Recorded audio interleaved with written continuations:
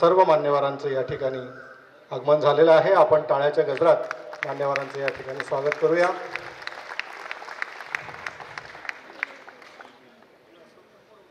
फुले शाहू आंबेडकर व्याख्यानमालेचं हे 34वे वर्ष आणि या व्याख्यानमालेचं उद्घाटकीय पुष्प गुंफण्यासाठी आपल्यामध्ये उपस्थित आहेत। भारतभरात ज्यांनी आपल्या राजकीय विश्लेषण आणि पत्रकारितेच्या करिअरनं नाव केलं, स्वतःची नाममुद्रा ठळक केली, असे माननीय राजू परुळेकर सर। त्याचबरोबर या व्याख्यानमालेचे आजच्या पुष्पाचे अध्यक्ष, ज्येष्ठ पत्रकार, दैनिक सकाळचे माजी संपादक सन्माननीय जयंतजी महाजन साहेब या ठिकाणी अध्यक्ष म्हणून उपस्थित आहेत। त्याचबरोबर आमच्या देवगिरी महाविद्यालयाच्या स्थानिक व्यवस्थापन समितीचे प्रमुख, आमचे मार्गदर्शक आदरणीय हर्ष अण्णासाहेब, त्याचबरोबर महाविद्यालयाचे सन्माननीय प्राचार्य डॉक्टर अशोक तेजनकर सर, या सर्व मान्यवरांचं आणि आपणा सर्वांचं या ठिकाणी मी स्वागत करतो। मित्रहो, मराठवाडा ही जशी संतांची भूमी आहे तशी ती क्रांतीची देखील भूमी आहे। या भूमीनं सातत्यानं प्रागैतिक विचारांचा ज्ञानयज्ञ या भूमीमध्ये पेरला आहे, रुजवला आहे, वाढवला आहे आणि म्हणून परिवर्तनाच्या चळवळींची सुरुवात मराठवाड्याच्या याच भूमीमध्ये या छत्रपती संभाजीनगरमधून सातत्यानं झाली आणि म्हणून डॉक्टर बाबासाहेब आंबेडकरांना सुद्धा आपलं शैक्षणिक उत्तरदायित्व जे आहे ते या भूमीत येऊन करावं लागलं आणि हा सगळा इतिहास आपल्याला ज्ञात आहे आणि म्हणून या भूमीमध्ये प्रागतिक विचाराचा हा ज्ञानयज्ञ पुढे घेऊन जाण्यासाठी, या विचाराची रुजवणूक करण्यासाठी ज्या सगळ्या संस्था आणि व्यक्तींनी परुळेकर सर प्रयत्न केले, त्यामध्ये आमचं मराठवाडा शिक्षण प्रसारक मंडळ हे सातत्यानं पहिल्यापासून अग्रेसर आहे। या भूमीमध्ये मराठवाडा शिक्षण प्रसारक मंडळाच्या विविध महाविद्यालयांसह या देवगिरी महाविद्यालयानं या क्रांतीचं केंद्रस्थान म्हणून सातत्यानं सांस्कृतिक भान देण्याचं, राजकीय भान देण्याचं काम इथल्या या भूमीला, इथल्या माणसांना केलेलं आहे आणि म्हणून देवगिरी महाविद्यालय या महाराष्ट्रामध्ये एक प्रागतिक विचाराचं वाहक असणारं अशा पद्धतीचं महाविद्यालय आहे। गेल्या 33 वर्षापासून देवगिरी महाविद्यालय फुले शाहू आंबेडकर व्याख्यानमालेच्या माध्यमातून या ठिकाणी या परिवर्तनवादी विचारांचं, प्रागतिक विचारांचं, पुरोगामी विचारांचं बीजारोपण करण्याचं काम करतं। महाराष्ट्रभरातले आणि देश पातळीवरचे विविध मान्यवर, सन्माननीय विचारक चिंतक, अभ्यासक, विचारवंत, पत्रकार, अर्थशास्त्रज्ञ आणि वेगवेगळे राजकीय नेते या व्याख्यानमालेमध्ये येऊन आपले विचार मांडून गेलेले आहेत. अशा एका प्रतिष्ठित व्याख्यानमालेमध्ये आपण सर्वजण या ठिकाणी जमलेलो आहोत आणि या व्याख्यानमालेचा आपण भाग झालेलो आहोत. तुम्हा सर्वांमुळे ही व्याख्यानमाला प्रतिवर्षी पुढे जाते आहे आणि हे 34वे वर्ष या व्याख्यानमालेचं आहे. आणि मी गेल्या वर्षीपासून माननीय राजू परुळेकर सरांचा पाठपुरावा करत होतो. खरं म्हणजे 2022चा दिवाळी अंक वसा नावाचा दिवाळी अंक जर आपण बघितला आणि त्या वसा नावाच्या दिवाळी अंकामध्ये वैदिकांचं हिंदुत्व म्हणजे ब्राह्मण धर्म हा त्यांचा लेख महाराष्ट्रावर गाजला. आणि मी तेव्हापासून विचार करत होतो की परुळेकर सर या ठिकाणी आले पाहिजे आणि प्रागतिक विचाराच्या अनुषंगाने त्यांनी या भूमीमध्ये आपल्या विचारांची मांडणी केली पाहिजे. ते आज आपल्यामध्ये आलेले आहेत. त्यांचं सगळ्यांचं या ठिकाणी स्वागत करतो. आणि या समारंभाची सुरुवातीला महामानव डॉक्टर बाबासाहेब आंबेडकर, महामानव ज्योतिराव फुले, महामानव राजर्षी शाहू महाराज यांना मान्यवरांच्या हस्ते प्रतिमेला अभिवादन करून आणि दीपप्रज्वलनाने आपण या व्याख्यानमालेची सुरुवात करूया. मी सर्व मान्यवरांना विनंती करतो की आपण प्रतिमेला अभिवादन करावं.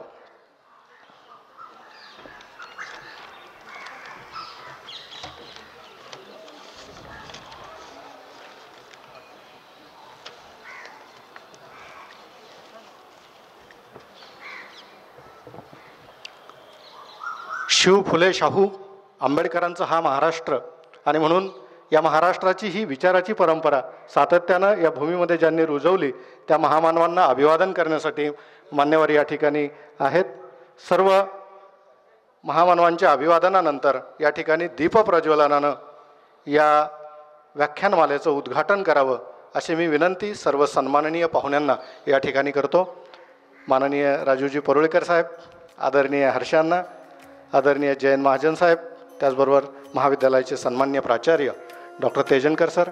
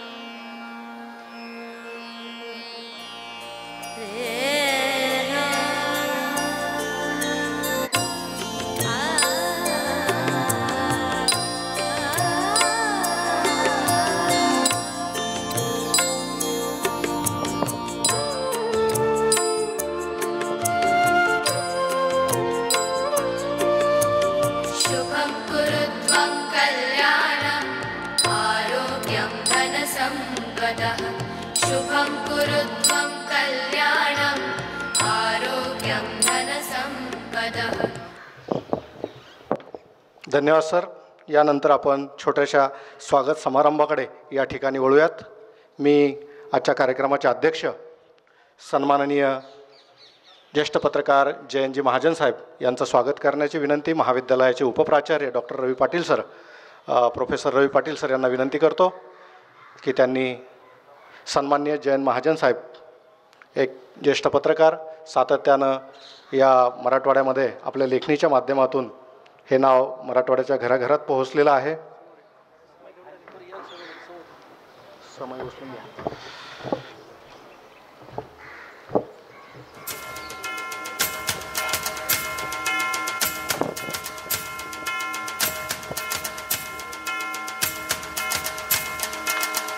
शॉल, पुष्पगुच्छ आणि स्मृतिचिन्ह देऊन आपण या ठिकाणी सन्मान करतोय सन्माननीय जयंत महाजन साहेब. यानंतर आपण ज्यांना ऐकण्यासाठी या ठिकाणी सर्वजण उपस्थित आहोत ते आजचे आपले महत्त्वाचे वक्ते सन्माननीय राजू परुळेकर साहेब यांचं स्वागत सत्कार करण्याची विनंती मी महाविद्यालयाचे प्राचार्य डॉक्टर तेजनकर सर यांना करतो की त्यांनी माननीय राजू परुळेकर सरांचा सन्मान या ठिकाणी करावा.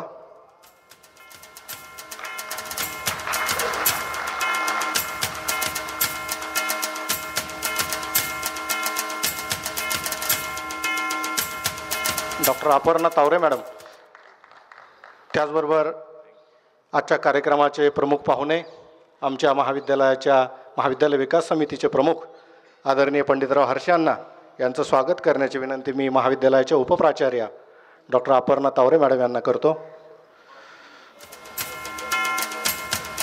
देवगिरी महाविद्यालयाच्या एकूण सगळ्या वाटचालीमध्ये आदरणीय हर्षांना यांचं योगदान फार महत्त्वाचं आहे. त्या अण्णासाहेबांचं या ठिकाणी सत्कार आपण करूयात.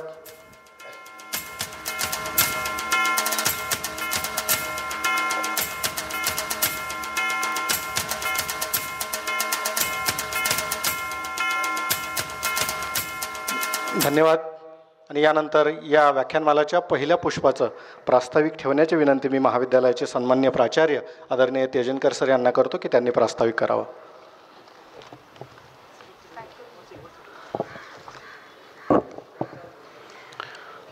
फुले शाहू आंबेडकर व्याख्यानमालेच्या पहिले पुष्प गुंफण्यासाठी या आजच्या कार्यक्रमाचे अध्यक्ष ज्येष्ठ पत्रकार मान्य जयंत महाजन सर, जे आज पहिलं पुष्प गुंफणार आहेत असे ज्येष्ठ पत्रकार विचारवंत राजू परवडेकर सर, आजच्या कार्यक्रमासाठी प्रमुख उपस्थिती म्हणून उपस्थित असलेले आमचे मार्गदर्शक देवगिरी महाविद्यालय स्थानिक नियामक मंडळाचे प्रमुख माननीय पंडितरावजी हर्षांना, या व्याख्यानमालेचे समन्वयक डॉक्टर गणेश मोहिते सर, समोर बसलेले मराठवाडा शिक्षण प्रसारक मंडळाचे केंद्रीय कार्यकारिणीचे सदस्य पाथरीकर सर, शहरातील विविध क्षेत्रातील मान्यवर, ज्येष्ठ नागरिक, पत्रकार आणि विद्यार्थी मित्रांनो, फुले शाहू आंबेडकर व्याख्यानमालेचं हे 34वे वर्ष आहे. देवगिरी महाविद्यालय आपल्या सर्वांना माहीत आहे की महाराष्ट्रातील एक मोठं महाविद्यालय आहे. त्याचसोबत गुणवत्ता मेंटेन करणारं महाविद्यालय आहे. म्हणजे विद्यार्थी संख्या जास्त असूनसुद्धा गुणवत्तेमध्ये महाराष्ट्रामध्ये अग्रेसर आहे. म्हणजे ते नॅकचं मूल्यांकन असतील, म्हणजे ज्यामध्ये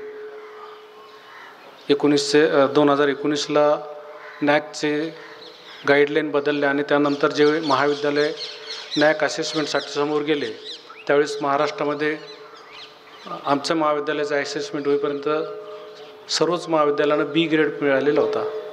आणि त्या गाईडलाईनमध्ये A++ मिळवणारं त्यावेळेसचं महाराष्ट्रातलं पहिलं आणि देशातलं 7वं महाविद्यालय आहे.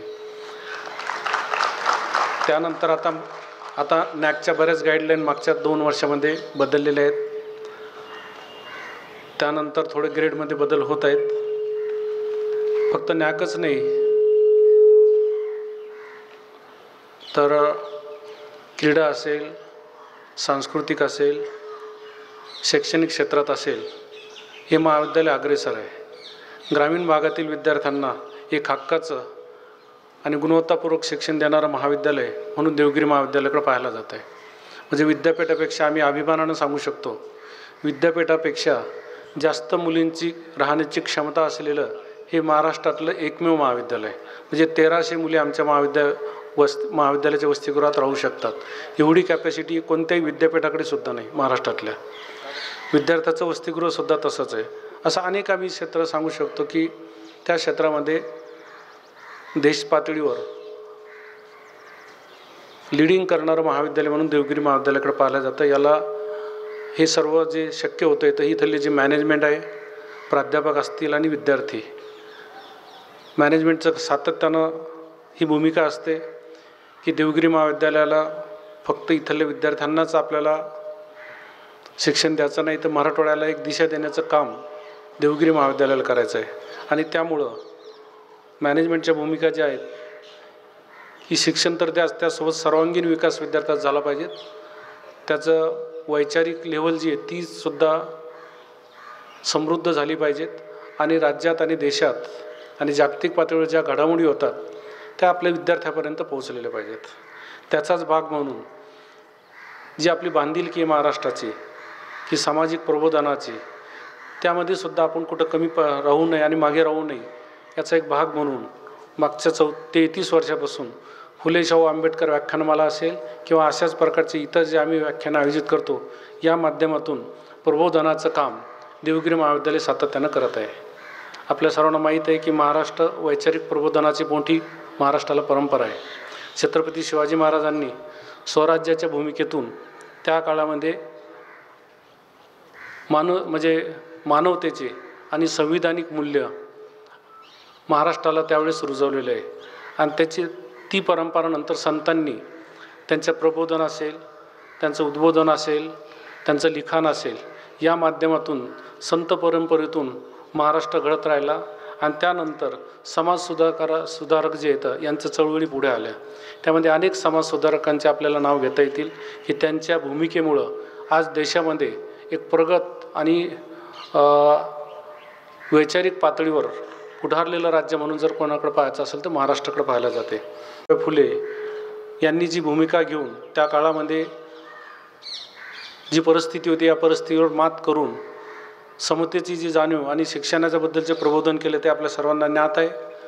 तीच धारणा आणि तेच विचार पुढे घेऊन राजेश्री शाहू महाराज यांनी आपल्या राज्यामध्ये सत्यशोधक विचार समाजापर्यंत पेरण्याचं काम राजेश्री शाहू महाराजांनी केलं. आणि त्या काळातलं म्हणजे देशातील एक सर्वोत्कृष्ट राज्य म्हणून आजसुद्धा आपण शाहू महाराजांचं जे राज्य म्हणून त्याचा उल्लेख केला जातो. आणि हाच धागा घेऊन पुढे डॉक्टर बाबासाहेब आंबेडकर यांनी मानवमुक्तीचा लढा सुरू केला. आणि हा मानवमुक्तीचा लढा सुरू करत असताना छत्रपती शिवाजी महाराज असतील, फुले असतील, शाहू महाराज असतील, हिंदुत्वाचं विचार घेऊन काम करणारं असं संविधान या महाराष्ट्राच्या डॉक्टर बाबासाहेब आंबेडकरांनी या देशाला दिलं. आणि हे संविधान आज आपण जगामध्ये एक सर्वोत्कृष्ट लोकशाही म्हणून आपण भारताच्या लोकशाहीकडे पाहतो. त्यानंतर ही परंपरा विठ्ठलरामजी शिंदे असतील, गो आगरकर असतील, कर्वे असतील, सयाजीराव गायकवाड असतील, त्यांच्यापासून तर यशवंतराव चव्हाणपर्यंत आपण ही परंपरा पाहतो. आजसुद्धा देशामध्ये जी परिस्थिती आहे, या परिस्थितीमध्ये सामाजिक प्रबोधन करण्याचं काम महाराष्ट्रातले विचारवंत ज्या प्रमाणात करतात, तर त्या प्रमाणात इतर राज्याचा आपण जर विचार केला तर महाराष्ट्र आजसुद्धा अग्रेसर आहे. आणि हेच काम पुढं नेण्याच्या भूमिकेतून आम्ही ते विचार घेऊन विषय निवडत असताना निवड विषयांची करत असतो. म्हणजे आज पुष्प गुंफण्यासाठी आम्ही जो विषय दिलेला आहे, बहुजनांचे सांस्कृतिक आणि राजकीय भान. उद्याचा सुद्धा आम्ही जो विषय दिलेला आहे की महाराष्ट्राचा बेरोजगारनामा. आणि नंतर शनिवारी मधुकर भावी सर हे पुष्प गुंफणार आहे. तिसरे आपल्या सर्वांना माहीत असेल की महाराष्ट्र स्थापन झाल्यापासून ते पत्रकारिता करत आहेत तर आजपर्यंत. म्हणजे असा ज्येष्ठ पत्रकार ते महाराष्ट्राची 65 वर्ष या विषयावर आपली महाराष्ट्राची जी जडणघडण झाली या विषयावर ते मांडणी करणार आहेत.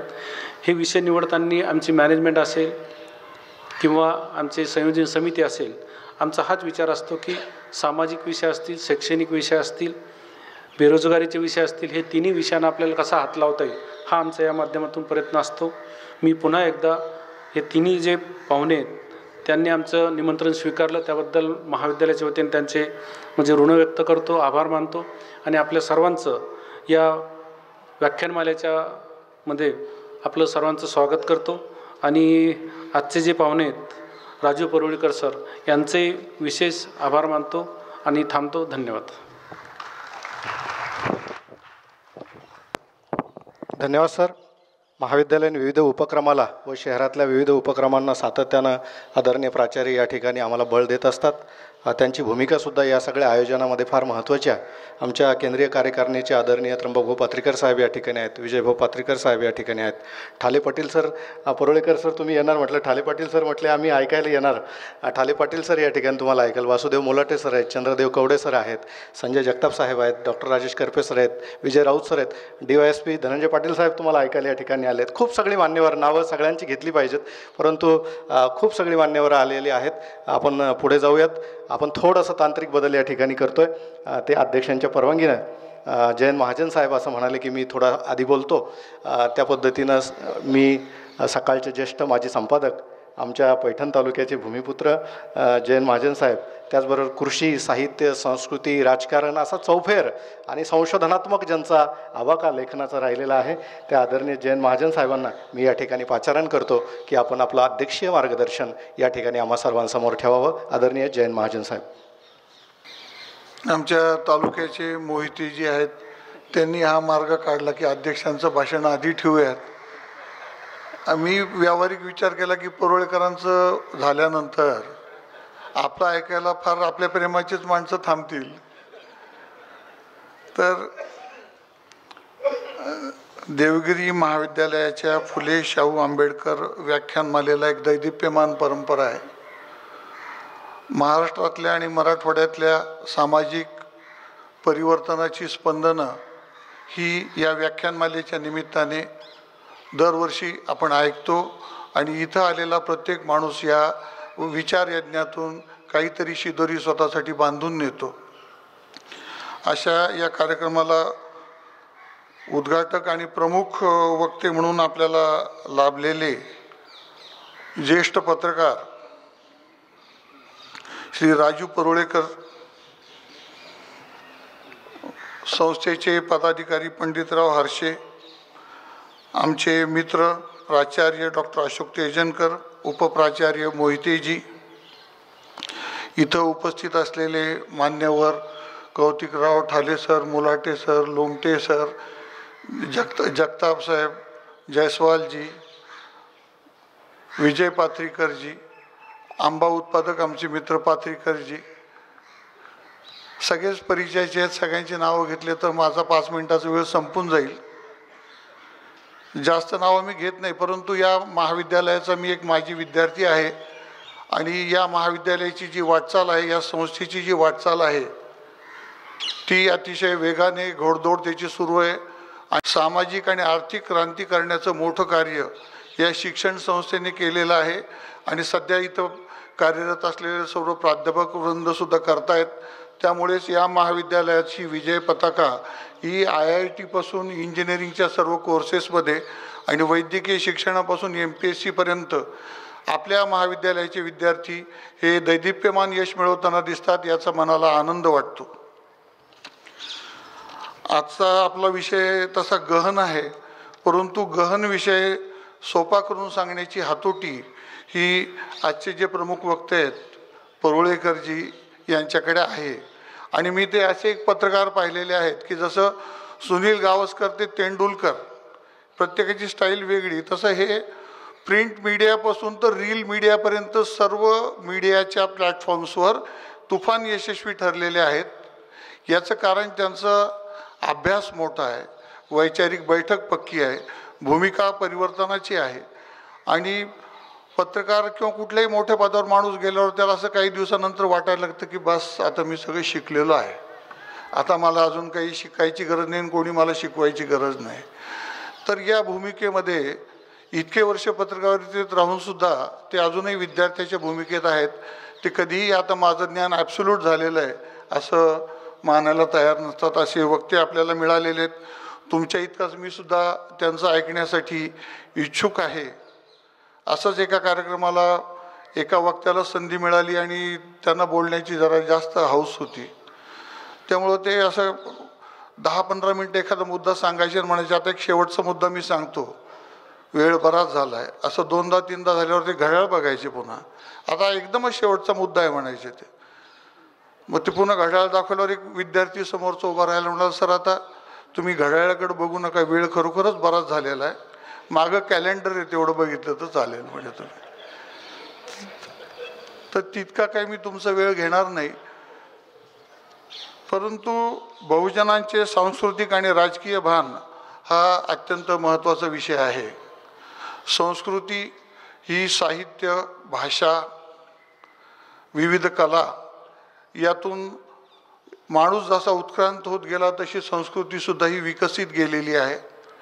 आणि या संस्कृतीमध्ये जे चांगलं, जे समाजाच्या उपयोगाचं आहे ते पुढं जात राहील आणि जे समाजाच्या हिताचं नाही किंवा काही विशिष्ट वर्गाच्या हिताचं आहे, मुठभरांच्या हिताचं आहे, असा विचार, असा प्रभाव, असा दंडक किंवा परंपरा म्हणून आपण ज्याला म्हणतो, अशा गोष्टी या काळाबरोबर या बाजूला फेकल्या गेल्या. मात्र सगळ्याच फेकल्या गेल्या असं नाही. त्यासाठी महात्मा ज्योतिबा फुले, डॉक्टर बाबासाहेब आंबेडकर किंवा छत्रपती शाहू महाराज यांच्यासारखे महापुरुष यांना यासाठी झगडावं लागलं, जीवनभर संघर्ष करावा लागला. छत्रपती शिवाजी महाराज यांचा आपण एक मोठा योद्धा म्हणून त्यांचा जो पैलू आहे तो फक्त आपण समाजामध्ये पाहतो, परंतु महाराष्ट्राची जडणघडण होण्यामध्ये, सामाजिक आणि सांस्कृतिक जडणघडण होण्यामध्ये छत्रपती शिवाजी महाराजांचा सुद्धा रोल हा अत्यंत महत्त्वाचा राहिलेला आहे.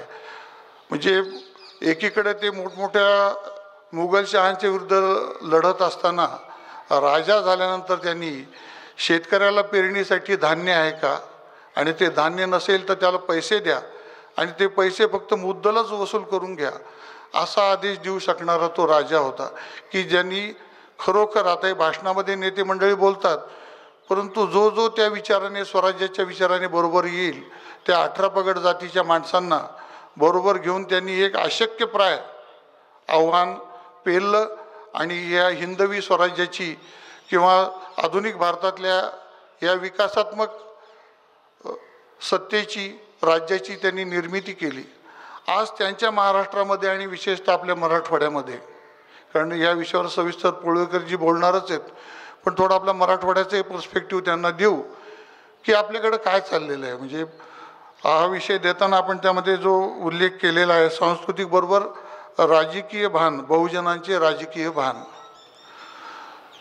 तर राजकारणाचा दृष्टिकोन आपण पुढची 50 वर्षे ठेवून, 25 वर्षे ठेवून आपल्याकडं राजकारण महाराष्ट्रात होतंय का, मराठवाड्यात होतंय का, की आपली वाटचाल ही हळूहळू उत्तर प्रदेश आणि बिहारच्या दिशेने सुरू आहे, याचासुद्धा विचार हा सगळ्यांनी करण्याची वेळ ही आलेली आहे.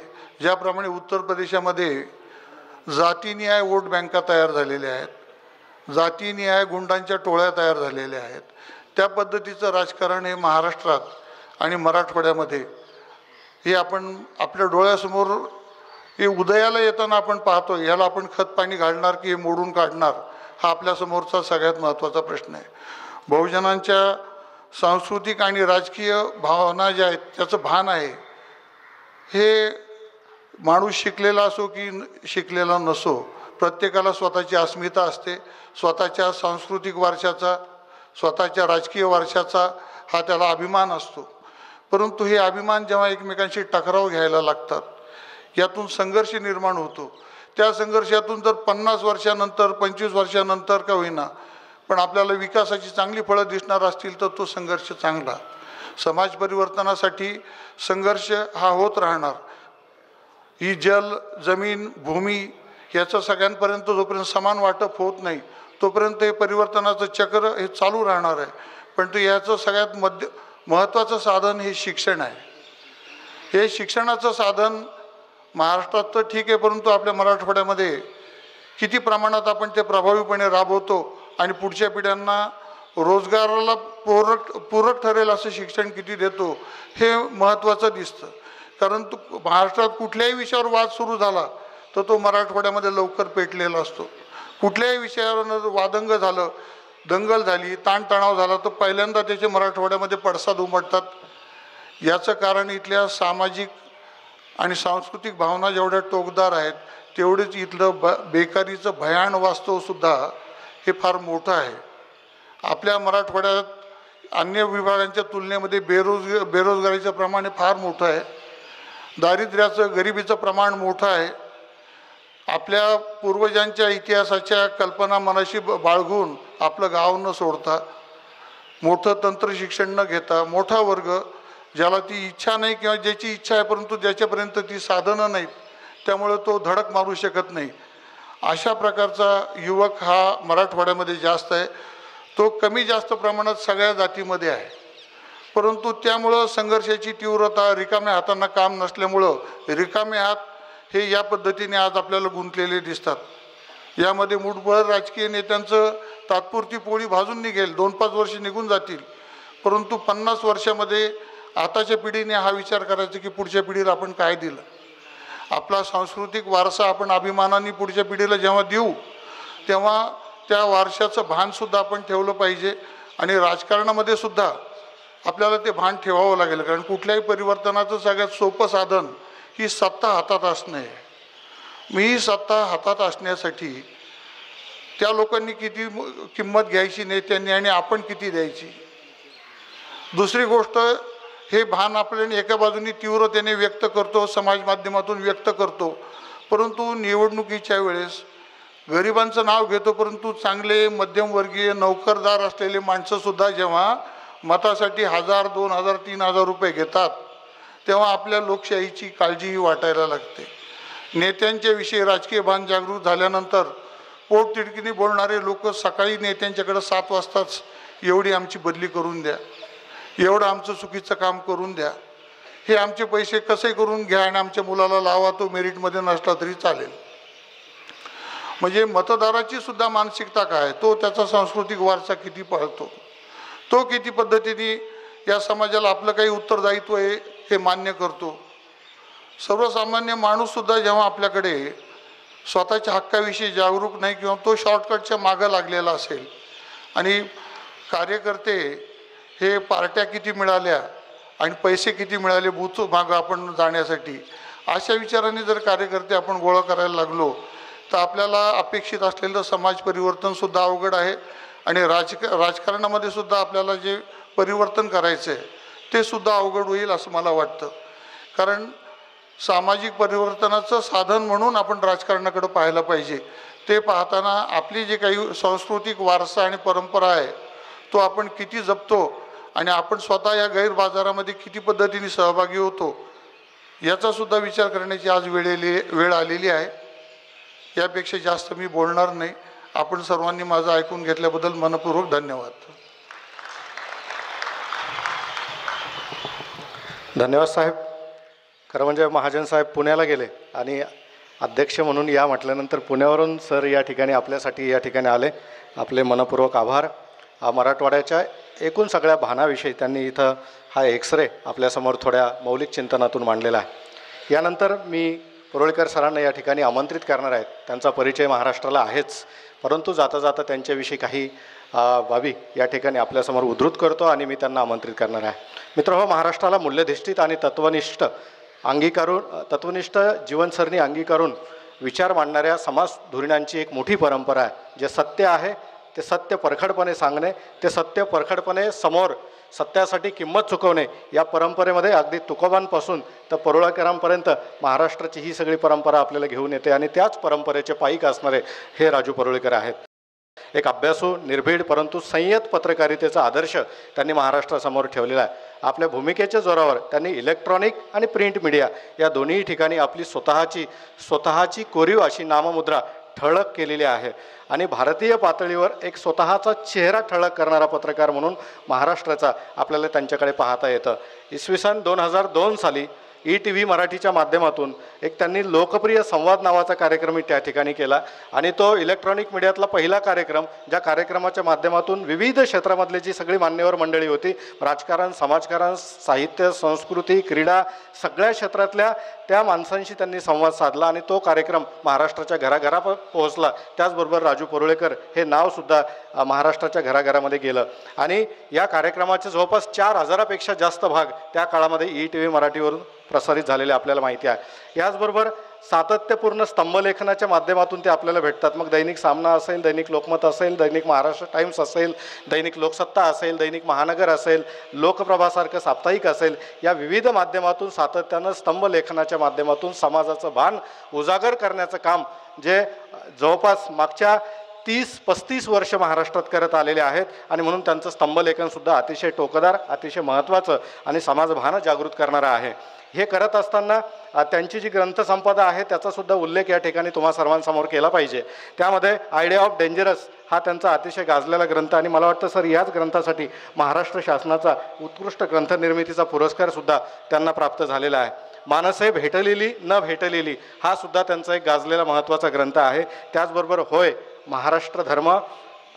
हा महाराष्ट्र धर्म आहे, म्हणजे आज आपल्याला सांगण्याची वेळ आलेली आहे महाराष्ट्र धर्म म्हणजे काय. अगदी त्याचं चिंतन मांडणारा, मूलगामी चिंतन मांडणारा जयस्वाल साहेब त्यांचा हा ग्रंथ फार महत्त्वाचा आहे. द गेम चेंजर्स हा सुद्धा त्यांचा महत्त्वाचा ग्रंथ आहे. मंजेरी, ते आणि मी, त्याचबरोबर या सगळ्या ग्रंथांना सातत्यपूर्ण लिहित असताना मांडत असताना स्तंभलेखनसुद्धा चालू आहे. वेगवेगळे दिवाळी अंक असतील, वेगवेगळे साप्ताहिका असतील, वेगवेगळे माध्यमं असतील, त्यामधून ते सातत्याने लिहितात. सरांनी उल्लेख केला की अलीकडच्या माध्यमामध्ये रीलपर्यंतसुद्धा ते सातत्यानं आपली भूमिका मांडत आहेत आणि या कामासाठी अनेक पुरस्कार म्हणजे 300पेक्षा अधिक पुरस्कार त्यांना प्राप्त झालेले आहेत. आणि त्यामुळे सगळ्या पुरस्कारांचा मी या ठिकाणी उल्लेख करणार नाही, परंतु महाराष्ट्र शासनाचा उत्कृष्ट ग्रंथ निर्मितीचा पुरस्कार असेल, त्यानंतर रूपा हा संवाद तो त्यांनी 4000 भागापेक्षा 400पेक्षा जास्त एपिसोड ज्या भागाचे केले संवादचे, त्याच्यासाठी टेलिव्हिजन कार्यक्रमासाठी महत्त्वाचा मिळालेला हा पुरस्कार, त्यानंतर इंद्रधनुष्य जीवन उन्मेषसारखा पुरस्कार असेल आणि असे असंख्य महत्त्वाचे पुरस्कार माननीय राजू परुळेकर सरांच्या नावावर आहे.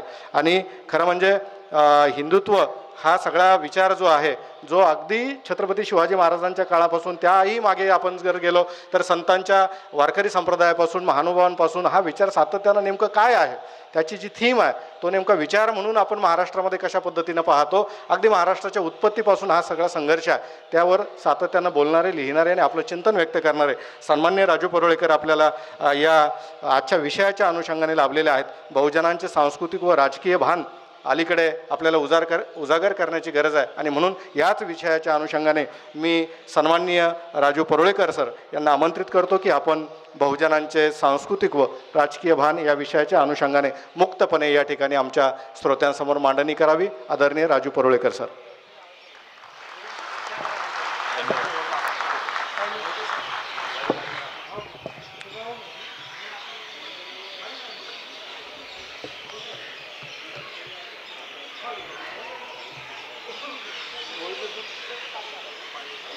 नमस्कार.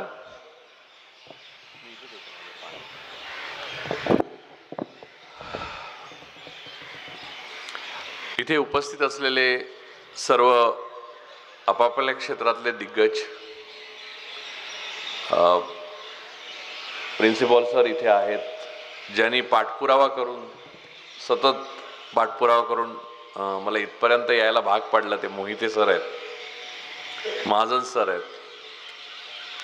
इथे इतके मोठी माणसं बसलेली आहेत की मला बोलताना संकोच होईल आणि असा मला क्वचित संकोच होतो.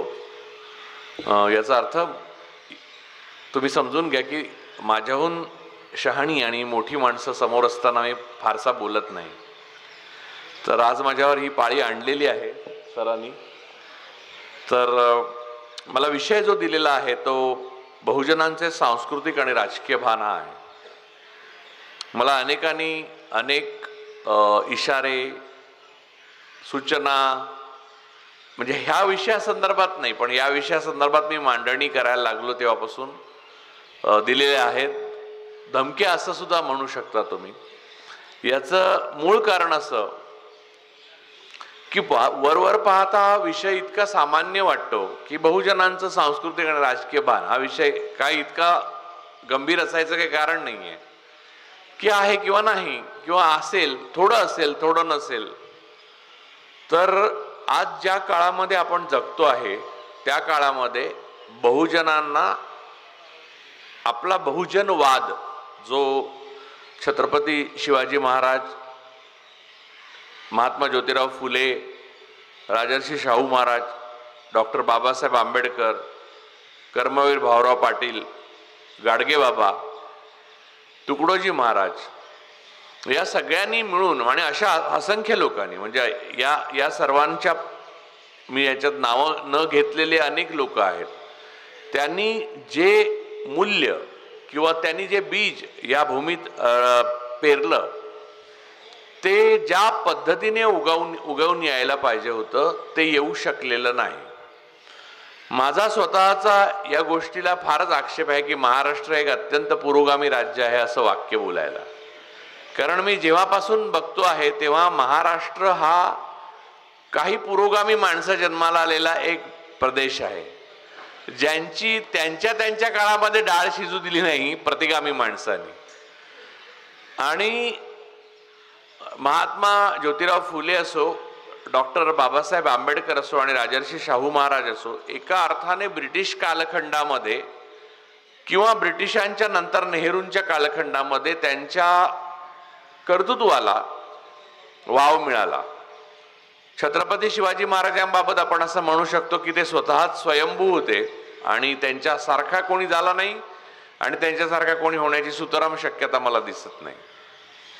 आजच्या परिस्थितीमध्ये तुम्ही लक्षात घ्या की बहुजनांच्या राजकीय भानाविषयी आणि सांस्कृतिक भानाविषयी जर मी बोलायला उभा राहिलो तर माझ्या मनात एकच शंका येते की एवढ्या महापुरुषांनी आपलं एवढं तन मन धन वेचून आणि एवढं आयुष्याचं बलिदान देऊन बहुजनवादाचा प्रसार आणि प्रचार केला. बहुजनवाद म्हणजे काय तर मूल्य जी आहेत ती समतेवर आधारित असावीत, समानतेवर आधारित असावीत, स्त्री पुरुष समानता, धर्मविषयक समानता, जातीविषयक समानता आणि माणसाची माणसाशी असलेली बांधिलकीची समता, या सगळ्या बाबतीत त्यांनी एवढा विचार केला.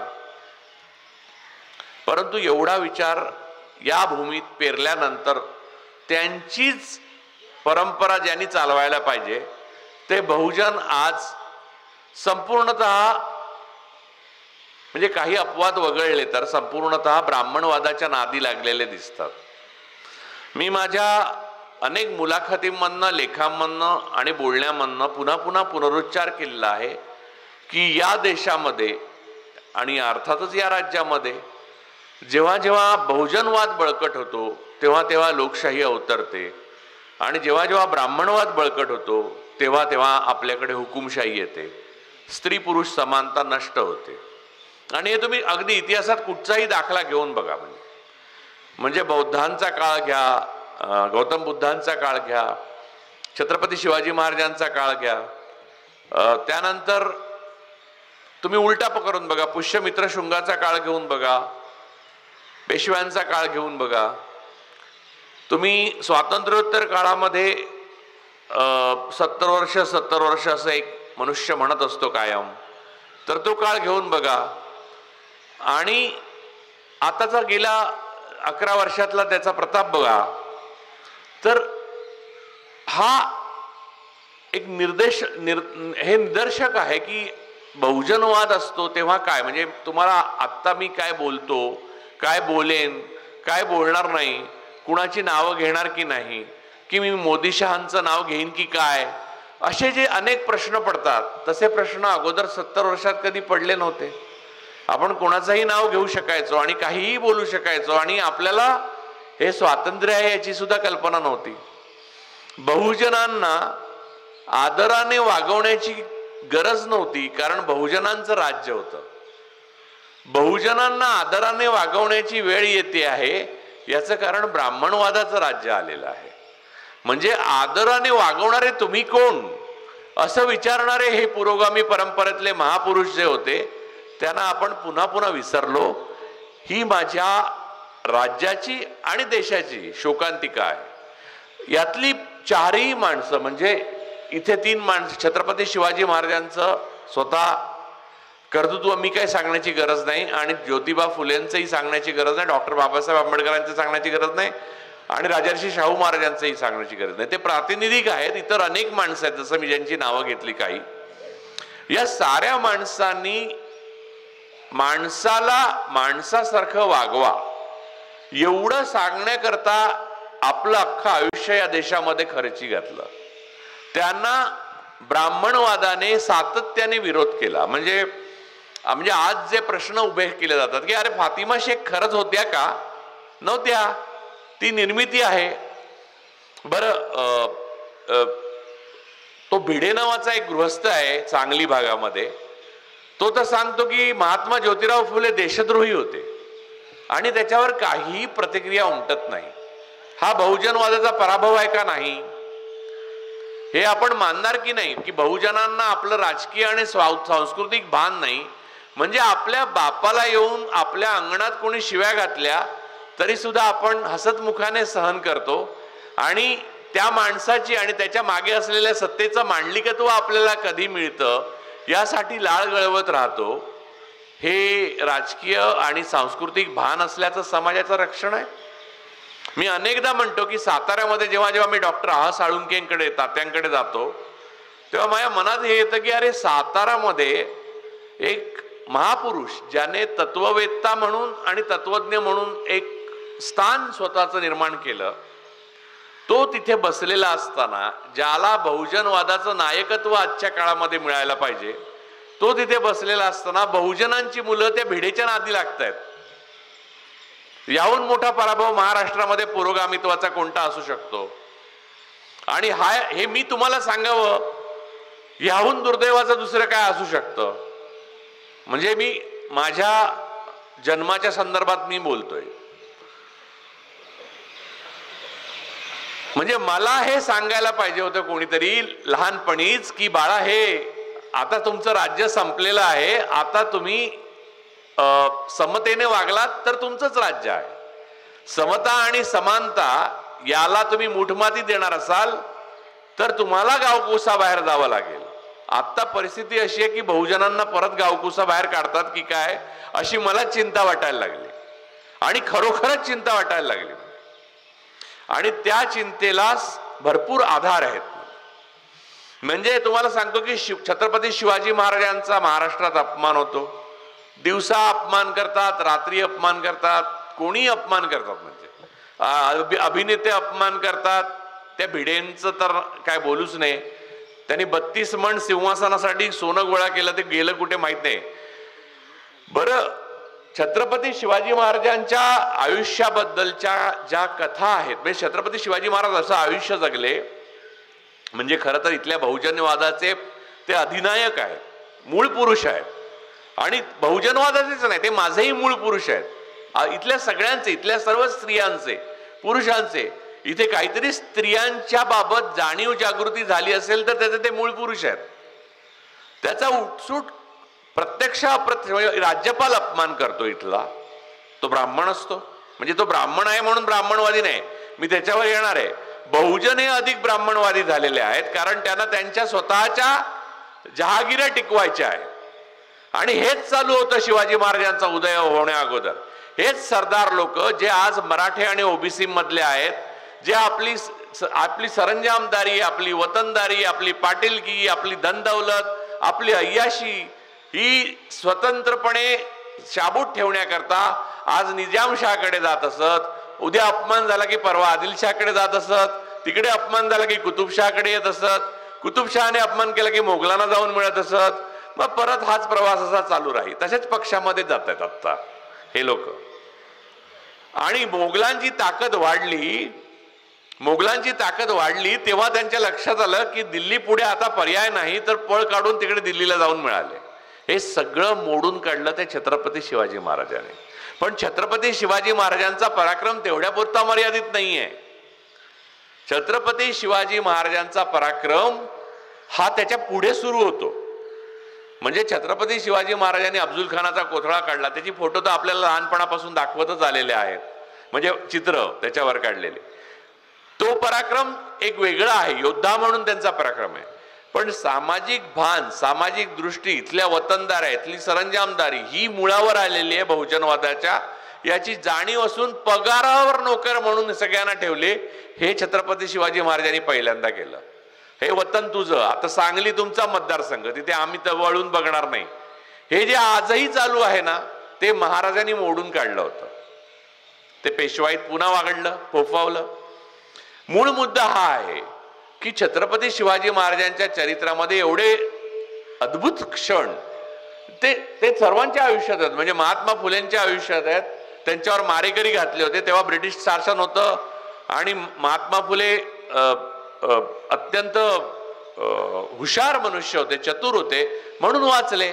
अन्यथा महात्मा फुलेंचाही नरेंद्र दाभोळकरच करायला घेतला होता ब्राह्मणवादाने.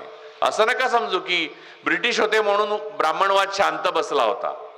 शेणाचे गोळे ब्रिटिशांनी नाही फेकलेत सावित्रीबाईंवर, हेही लक्षात घ्या. बहुजनवादाने किती कडवा संघर्ष केलाय याची आज तमा बहुजनांच्या मुलांना नाही, याची मला लाज वाटते. खंत तर वाटतेच.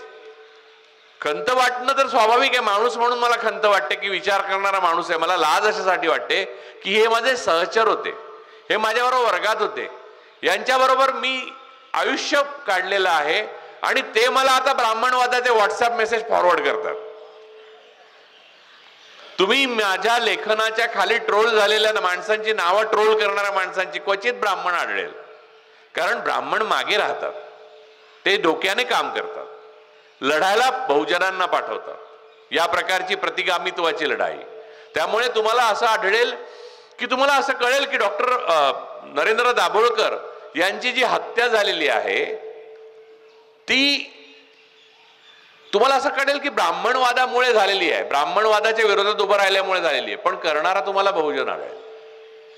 नथुराम गोडसे नावाच्या पहिल्या अतिरेकानंतर ब्राह्मणांनी धडा घेतला की स्वतः पिस्तूल घेऊन पुढे नाही जायचं, पिस्तूल बहुजनांच्या हातात द्यायचं आणि बहुजनवादाचा मुडदा पाडायचा. त्यामुळे आता त्याच्या पुढचं सांगतो. छत्रपती शिवाजी महाराजांच्या आयुष्यातल्या ज्या अत्यंत आश्चर्य वाटाव्या अशा कथा आहेत त्या रंजक कथा आहेत असं बोलतात. आता तुम्ही पाहिला असतील व्हिडिओ. मग रामाचं काय? राम तर पुराणातल्या कथा आहेत. मुळामध्ये राम हे कशाचं प्रतीक आहे? बहुजनांनी माझ्या घरी अक्षता घेऊन बहुजन आलेले आहेत राम मंदिरासाठी.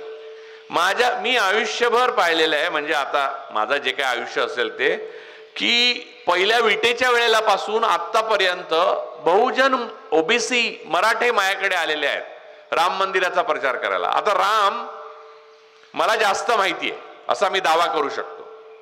भारतीय जनता पक्ष, राष्ट्रीय स्वयंसेवक संघ यांना फक्त हे राम माहिती आहे, राम नाही, श्रीराम नाही माहिती.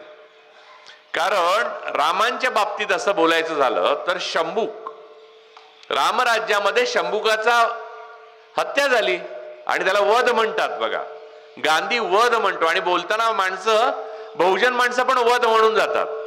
वधाचा अर्थ काहीतरी उदात्त कृत्यासाठी मारलेला व्यक्ती. हत्या झाली, हत्या. गांधी हत्या झाली आहे, गांधी वध नाही झालाय. नरेंद्र दाभोळकरांची हत्या झाली आहे. आणि सगळ्यात महत्वाचं म्हणजे यांच्या सर्वांच्या प्रतिमांच्या हत्या होत आहेत आता रोज. आणि त्याच्यावर एक बहुजन उभा राहून काही बोलत नाही, किंबहुना तो मांडलिक झालेला आहे, तो शरण आलेला आहे. महाराष्ट्रामध्ये बघाल सगळं नेतृत्व बहुजनांकडेच आहे की, राजकीय, संस्थात्मक सगळं. पहिले गंध लावायला शिकले, टिळा. हे कुठून आलं? म्हणजे नो बिंदी नो बिझनेस नावाचा एक मध्ये हे आलेला ट्रेंड आलेला, एक RSS महिला गटातर्फे. पण ती बिंदी बायकांसाठी होती. मुळात बायकांसाठी पण बिंदी असण्याचं काही गरज नाहीये, पण मुळात पुरुषांनीच बिंदी लावायला सुरुवात केल्यावर बायकांना पर्याय काय उरणार? तर तो टिळा आला. हा वारकऱ्यांचा टिळा नाहीये, हा धारकऱ्यांचा टिळा आहे. आणि धारकरी म्हणजे ब्राह्मणवाद. महाराजांच्या अपमानावर पण ब्र काढायचा नाही, त्यांचं उदात्तीकरण चालू ठेवायचं. मी तुम्हाला उत्तम उदाहरण सांगतो. मला अनेकांनी म्हटलं तुम्ही सावरकरांच्या एवढ्या विरोधात बोलता. म्हटलं त्याच्यावर बाजूला आपण नंतर बोलू. पण सावरकर आणि शिवाजी महाराजांच्या बाबतीत बघितलं की तुम्हाला कळेल ब्राह्मणवाद हिंदुत्वाच्या नावाने कसा फुलतो ते. सावरकरांनी महाराजांच्या कर्तृत्वाला काकतालीय योग म्हटलंय. हा एक भाग तुम्हाला माहिती आहे, दुसरा भाग माहित नाहीये. लोक मला काय विचारतात, अरे पण त्या सावरकरांनीच तर छत्रपती शिवाजी महाराजांवर आरती लिहिली आहे, ती तुम्ही पूर्ण आरती समजून घेतली आहे का कधी? जी नमो शिवाजी राजा जी आपण ऐकतो याचं कारण ती चांगली लिहिली आहे म्हणून नव्हे, तर हृदयनाथ मंगेशकरांनी त्याला चांगलं संगीत दिलं आणि लता दिदींनी ते चांगलं गायल्या म्हणून त्यांचं सावरकर भक्ती होती. त्या आरतीमध्ये छत्रपती शिवाजी महाराज हे कुळवाडी भूषण होते हे नकारण्याकरता त्यांना देव बनवण्यात आलेलं आहे. पहिले नमो वगैरे करून त्यांना देव बनवलंय पहिली. दुसरं, त्याच्यामध्ये दोनदा असे स्पष्ट उल्लेख आहेत की रामदासाने तो कोणता मंत्र दिला तुला की ज्या मंत्रामुळे तू हे सगळं करू शकलास? हे राजा, तो रामदासाचा मंत्र तुला पुन्हा पुन्हा मिळू दे आम्हाला आणि आम्ही पुढे जाऊ वगैरे वगैरे वगैरे. तर मूळ मुद्दा हा आहे, ती आरती वाचा तुम्ही. मला अनेक जणांनी विचारलं, ती आरती हे आजही सरदार वल्लभभाई पटेल हे भारतीय जनता पक्ष दैवत मानतं, ज्यांनी संघावर बंदी पहिले घातली. आणि गंमत म्हणजे इतिहास असा आहे की राष्ट्रीय स्वयंसेवक संघावर घातलेली बंदी सरदार पटेलांना उठवायची नव्हती, तर ती नेहरूंनी त्यांना उठवायला लावली. तर पटेलांनी तिरमिरीने पत्र लिहिलं की यासारख्या अतिरेकी संघटनेवर बंदी घालणं योग्य आहे, ती उठवू नये आपण. तर नेहरूंनी त्यांना उत्तर लिहिलं की आपण लोकशाही रिपब्लिक तयार केलेला आहे आणि अशा प्रकारच्या लोकशाहीमध्ये काही लोकांचा, अल्पसंख्याकांचा, बहुसंख्याकांचा विश्वास असलेली कोणतीही संघटना किंवा संस्था आपण कायमस्वरूपी बंदीखाली ठेवू शकत नाही, असं नेहरूंचं पत्र आहे. आता हे आज जे घडतंय त्याला नेहरू जबाबदार आहेत, ह्याला मी 100% मार्क देतो. कारण तेव्हा पटेलांचंच ऐकायला पाहिजे होतं. नेहरूंचं ऐकल्यामुळे आज यांना मान वर काढण्याची संधी मिळाली. एवढंच नव्हे तर बहुजन आज घुसमटतोय, त्याचं कारण हे. पण बहुजन घुसमटला त्याचा मला काही वाटत नाही, पण ताठपणाने तो नाकारत का नाही ब्राह्मणवाद, ह्याचा मला खेद वाटतो. आपली प्रतीक, आपली भाषा, आपलं राजकारण, आपल्या संस्था, आपले लोक, बहुजन म्हणजे कोण? बहुजन म्हणजे ब्राह्मण सोडून सर्व. स्पष्ट शब्दात सांगायचं झालं तर सर्व.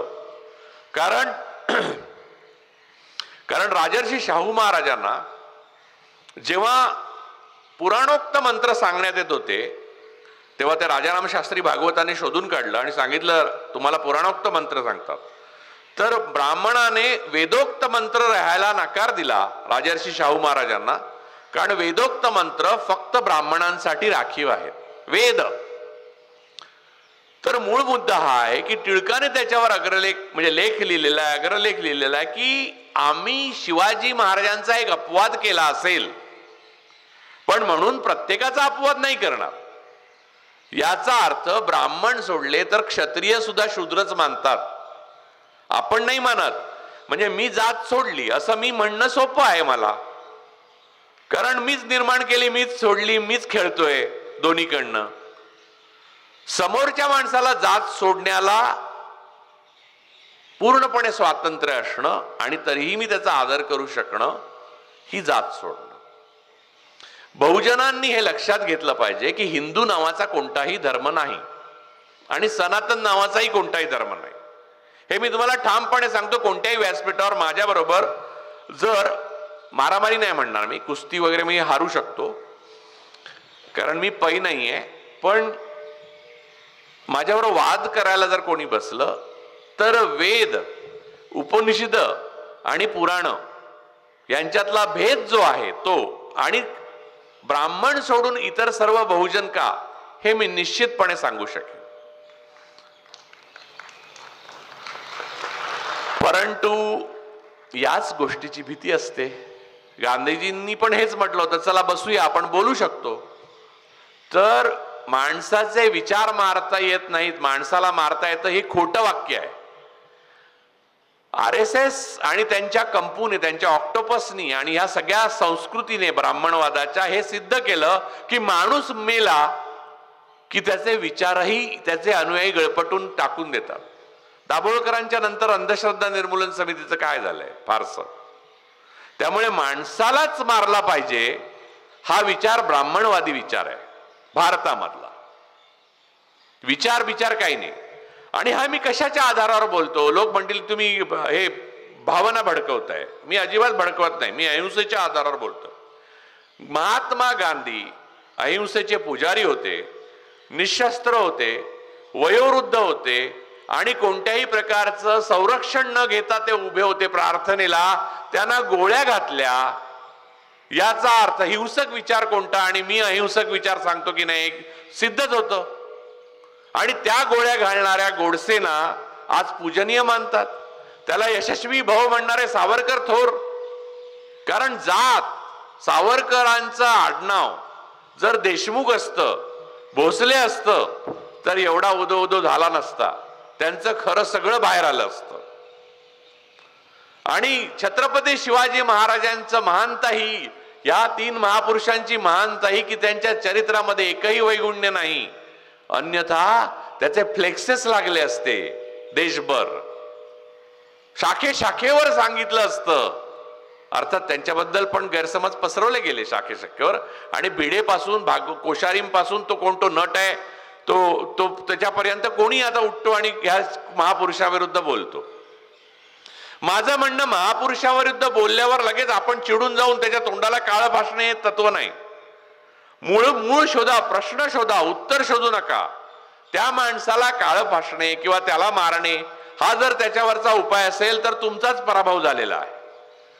तुम्ही त्या माणसांचे विचार विसरून त्यांची गुलामी पत्करली, दुसऱ्यांची, ज्यांच्यावर त्यांनी वैचारिक विजय मिळवलेला आणि राजकीय आणि सांस्कृतिक सत्ता मिळवली होती, त्यांची गुलामी बहुजनांनी पत्करली. हा तुमचा पराभव आहे.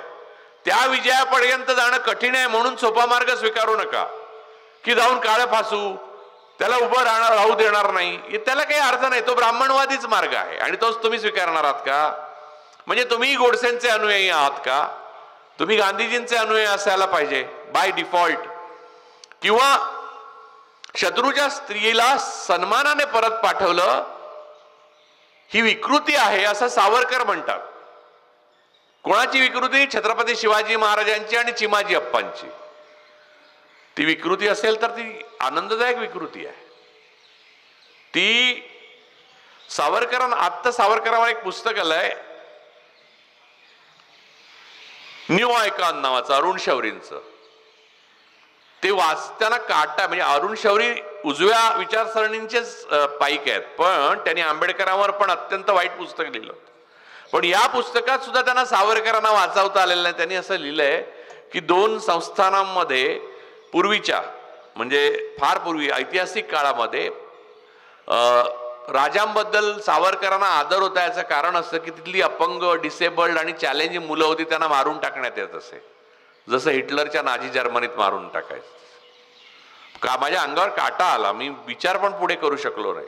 मी ते पुस्तक बंद केलं आणि थोडा वेळ बसून राहिलो. आणि हे महाराष्ट्रातले बहुतेक बहुजन वर्गातले नेते सावरकर जयंत्या साजऱ्या करतात. त्यांनी राजर्षी शाहूंची, छत्रपती शिवाजी महाराजांची एक जयंती साजरी होते. याचं कारण त्याच्याशिवाय पर्यायच नाहीये. पण महात्मा ज्योतिराव फुल्यांची, गाडगेबाबांची कधी आठवण पण काढत नाही ती माणसं. आणि त्याच्यावर मी राग व्यक्त केला तर मला ट्रोल करायला येणारे बहुजनच पुढे असतात. मला बहुजन शिकवतात की ब्राह्मणवादा कसा थोर आहे. नारायण नागबळीकराला सगळे आता मराठी ओबीसी जास्त पुढे आहेत. अहो, प्रजासत्ताक दिनी सत्यनारायणाच्या पूजा घातल्या तुम्ही, त्याच दिवशी सत्यमेव जयते संपलं. प्रजासत्ताक दिनामध्ये खरं सायंटिफिक टेम्परामेंट असं सगळ्यात महत्वाचं एक आदर्श आहे. आणि आपण सत्यनारायणाच्या पूजा घालायला सुरुवात केल्या. भिडे गुरुजींचा उदय काय काल झाला नाही किंवा 11 वर्ष मोदी आले म्हणून झालेला नाहीये. आबा पाटलांपासून जयंत पाटलांपर्यंत, विश्वजित कदमांपासून सगळेजण त्यांच्या पायावर पडत राहिलेले आहेत. नाना धर्माधिकारी काल आले नाहीत. महाराष्ट्र भूषण दोघांनाही मिळतो. महाविकास आघाडीची 2.5 वर्ष काहीतरी सत्ता होती. महाविकास आघाडी म्हणजे काय धुतल्या नावाची नाही. महाविकास आघाडी सुद्धा ब्राह्मणवादाचंच अपत्य होतं. मी तुम्हाला त्याच्यावर फार बोलणार नाही. मला सत्तेसंदर्भात आत्ता बोलायचं नाही कारण विषय नाहीये. मी त्याच्यावर येणार आहे. परंतु मी त्या काळामध्ये तुम्हाला सांगतो, 3 जे प्रमुख नेते होते 3 पक्षांचे, त्यांना 10,000 वेळा सांगितलं असेल की डॉक्टर आह साळुंके आहेत तात्या सातारचे, त्यांना महाराष्ट्र भूषण द्या. त्यांना दिलं नाही. सत्ता बदलली, ताबडतोब धर्माधिकारींना महाराष्ट्र भूषण मिळालं. अर्थात धर्माधिकाऱ्यांना मिळाल्यावर मला वाटलं बरंच झालं, साळुंखेंना नाही मिळालं ते. कारण रितांबराला साध्वी पद्मभूषण मिळाल्यावर मला वाटलं आतापर्यंत ज्यांना पद्मभूषण मिळालं ते वर गेले. ती माणसं मला लगेच आठवली. मला वाटलं त्याने ते कळवळले असतील वरती. या देशामध्ये समता, स्वातंत्र्य, बंधुता आणि समानता या गोष्टी आणि सायंटिफिक टेम्परामेंट म्हणजे शास्त्रीय विचारसरणी यासाठी आपण संविधानाचा स्वीकार केला आणि आपण एक मॉडर्न रिपब्लिक झालो. ते मॉडर्न रिपब्लिक वेगळ्या प्रकारे छत्रपती शिवाजी महाराजांनी स्वप्नात पाहिलं होतं. त्यांच्या काळात समकालीन त्यांना आधार नव्हता या प्रकारे करण्याचा. पण त्यांनी केलेलं अष्टप्रधान मंडळापासून सगळ्या गोष्टी बघा, मॉडर्न रिपब्लिककडे दृष्टिक्षेप टाकणाऱ्या आहेत. तो फार पुढचं पाहणारा राजा होता आपला. तर या मॉडर्न रिपब्लिकचा स्वीकार केल्यावर आपण सुरू काय केलं? बहुजनांनी आपली पहिली सगळी प्रतीकं गाळात घातली. माफ करा मला, मी तुमच्या समोरच हे बोलतोय, तुम्ही मला आशा आहे रागवणार नाही, कारण मी बोलतोय ते एका तळमळीने बोलतो. किंबहुना हे न बोलता मी दुसरंच बोलीन तर मला जास्त फायदा होईल. फक्त एवढंच विचार करा की मी हे बोलतोय यामुळे बटाटे किंवा गहू माझ्या घरी येणार नाहीये. आली तर अंगावर अंडी येतील किंवा टोमॅटो. चपला येण्याची शक्यता जास्त, गोळी येऊ शकते. परंतु मुद्दा लक्षात घ्या, तुम्ही तुमची प्रतीक विसरला. आधुनिकता, शास्त्र, शास्त्रीय मॉडर्न मेडिसिन आलं तेव्हा माणसांचं आयुर्मान वाढलं, बहुजनांचं आयुर्मान वाढलं. शेवटच्या माणसापर्यंत ट्रीटमेंट मिळायला लागली, सरकारी इस्पितळांमध्ये मिळायला लागली. आपण सगळे बघा, या वयोगटाचे, माझ्या वयोगटातले जे लोक असतील अगोदर नंतरचे, ते सरकारी शाळांमध्ये शिकलोय. आणि तरी सुद्धा आपलं इंग्रजी चांगलं होतं, गणित चांगलं होतं, सायन्स चांगलं होतं आणि इतिहासाचं आपल्याला जास्त ज्ञान आहे. अर्थात त्याचा उपयोग काही झाला नाही ती गोष्ट वेगळी. या सगळ्या गोष्टी तुम्ही नीट लक्षात घ्या. आता ह्या सगळ्या गोष्टी बंद होणं हे राज्याचं आणि देशाचं ब्राह्मणीकरण आहे. आणि त्याला बनिया बरोबर असतो. याचं कारण, कुठच्याही ब्राह्मणवादाला पैशासाठी बनियावाद जवळ करावा लागतो. त्यामुळे नेहमीच बोलताना ब्राह्मण बनियावाद म्हणतात. काशीराम पण तेच म्हणत असतात. पण तो मूलतः ब्राह्मणवादच म्हणायचा. तुम्ही लक्षात घ्या की मी मगाशी म्हणालो की हिंदू धर्म नाहीये आणि सनातन नावाचा पण धर्म नाही. याचं साधं कारण आहे आणि मी ते हजारो वेळा बोललेलो आहे. दुसऱ्या धर्मातला एखादा मनुष्य आपल्या धर्मात घ्यायचा झाला तर कोणत्या जातीत घेणार आहे मला सांगा. जर धर्म आहे तर धर्मात घ्या ना. मग धर्मात घेतल्यावर तुम्ही त्याला काय, त्याचा मॅट्रिमोनी, त्याचं लग्न व्हायचंय तर त्याच्या लग्नाच्या जाहिरातीत काय देणार? प्रखर हिंदुत्ववादी मुलगा. पुढे जात काय, पोटजात काय, म्हणजे जाती आहेत. धर्म एकच, ब्राह्मण धर्म. तो यजुर्वेदात लिहिलेला आहे. म्हणून वेदोक्त, वेदोक्त जे आहे, तुम्हाला मी अनेक गोष्टी सांगू. उदाहरणार्थ देवांचा उल्लेख वेदांमध्ये कुठे आहे? रामांचा उल्लेख वेदांमध्ये नाहीये. 10च्या 10 उपनिषदांमध्ये नाहीये. राम ही एक कथा आहे आणि ती कथा पुराणातली कथा आहे. त्यामुळे पुराणोक्त हे बहुजनांसाठी आहे. पुराणांच्या डोक्यामध्ये कथा घुसवून बहुजनांना शोषित बनवून ठेवण्याकरता शोषकांनी रचलेल्या कथा आहेत, ज्याच्यामध्ये एकलव्यही आहेत आणि शंभुकही आहेत. आणि हे नाकारण्याचं सामर्थ्य बहुजनांमध्ये आल्यावर 70 वर्षात ते सामर्थ्य परत ब्राह्मणवादाकडे देऊन टेकण्याची हिंमत त्यांनी दाखवली. त्याबद्दल मी त्यांच्याबद्दल काय बोलू आता. म्हणजे त्याच्यासाठी मी इथे खास बोलायला आलोय. मला पाचारण करण्यात आलंय, हे जबाबदार आहेत त्याला. राम ही कथा असली तरी ती छान कथा आहे काही बाबतीत. राम हे आपल्या वडिलांचा पूर्ण पाठिंबा असताना, म्हणजे अगोदरचे जे सत्ताधीश होते त्यांचा पाठिंबा असताना, भरताचा पाठिंबा असताना, म्हणजे विरोधी पक्षाचा पाठिंबा असताना, बाहेर जनता रडत होती त्यांनी जाऊ नये वनवासाला म्हणून, म्हणजे जनतेचा संपूर्ण आधार असताना, म्हणजे लोक निवडणूक आयोग नाही, निवडणूक आयोगाशिवाय निवडणुका ते जिंकत होते राम. हे असं असताना केवळ वडिलांनी सावध राहिलेल्या दिलेल्या वचनासाठी राजत्याग करून निघून गेले. असं राज्य मला नको असं त्यांनी सांगितलं. आणि त्यांचा नावाचा खोटा वापर करून गेलेलं राज्य आपण परत आणलं इतर फोडून लोकांना. तर त्या रामांचं पण काय वाटत असेल रामांना पण. म्हणजे ज्या रामानी राजत्यागासाठी आपलं प्रसिद्ध कथा जी आहे ती कथा बहुजनांच्या मनावर बिंबली गेली का? तर फोडा, पक्ष फोडा, माणसं फोडा, बहुजनांना गुलाम करा आणि राज्य करा. काहीही करून राज्य टिकवा. मग इलेक्शन कमिशनला मॅनिप्युलेट करा, मतं वाढवा 76 लाख, पण राज्य करा. हे रामांच्या नेमकं विरुद्ध नाहीये का? ते राजत्यागासाठी प्रसिद्ध आहे. बरं, शिवाजी महाराजांच्या कथांबद्दल आक्षेप घेताना एक लक्षात घेतलं पाहिजे की रामांच्याही कथा आहेत. कृष्णांच्याही कथा आहेत, इलियड आणि ओडेसी याही कथा आहेत ग्रीक पुराणांमधल्या, आणि त्या कथा वाचत आणि ऐकतच आपण मोठे होत आलो. त्या कथाची मॉरल ऑफ द स्टोरी आपण शिकायची असते. त्या कथेतला म्हणजे मी तुम्हाला चंद्राकडे बोट दाखवलं तर हे बोट म्हणजे चंद्र नव्हे, चंद्र तिकडे आहे, माझ्या बोटात काय नाहीये, मी फक्त दिशा दाखवतोय तुम्हाला. पुराणातल्या कथा या तुम्हाला मॉरल ऑफ द स्टोरी समजण्याकरता आहे. तर रामाची कथा ही राजत्यागाची कथा आहे, राजभोगाची नाही. 11 वर्ष आपण राजभोगाची त्या कथा बघतोय रामाच्या नावावर. म्हणजे रामाला एवढी शिक्षा तर भरताने पण दिली नसेल किंवा कैकेयीने पण. आणि या राम मंदिराच्या विटा घेऊन बहुजन फिरत होते, अक्षता घेऊन बहुजन फिरत होते. माझ्या घरी आले तेव्हा मी हाकलून दिलं त्यांना, कसले अक्षता म्हटलं हा फॅसिझम आहे, मी काय घेणार नाही. त्यांना राग आला, त्यांना वाटलं मी देवाचा अपमान करतोय म्हणून, किंवा माझी देवावर श्रद्धा नाही.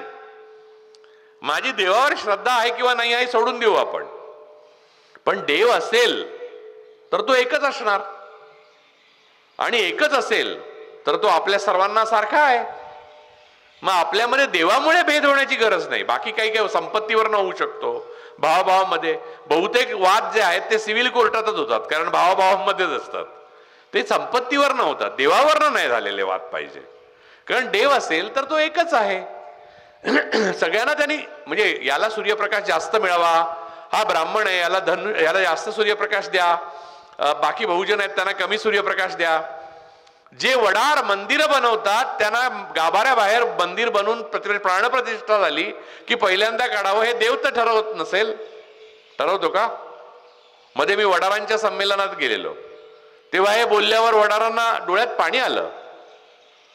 पण मला प्रश्न पडला की मला सांगायला का लागतं हे डोळ्यात पाणी येण्याकरता? हे कळण्यास साधी गोष्ट आहे. हे मंदिर जर मी बनवलं आणि मला आज जाता येत नसेल तर या मंदिराला काय अर्थच नाहीये. तो देव जिथे असेल तिथे आहे, पण इथे नक्की नाहीये.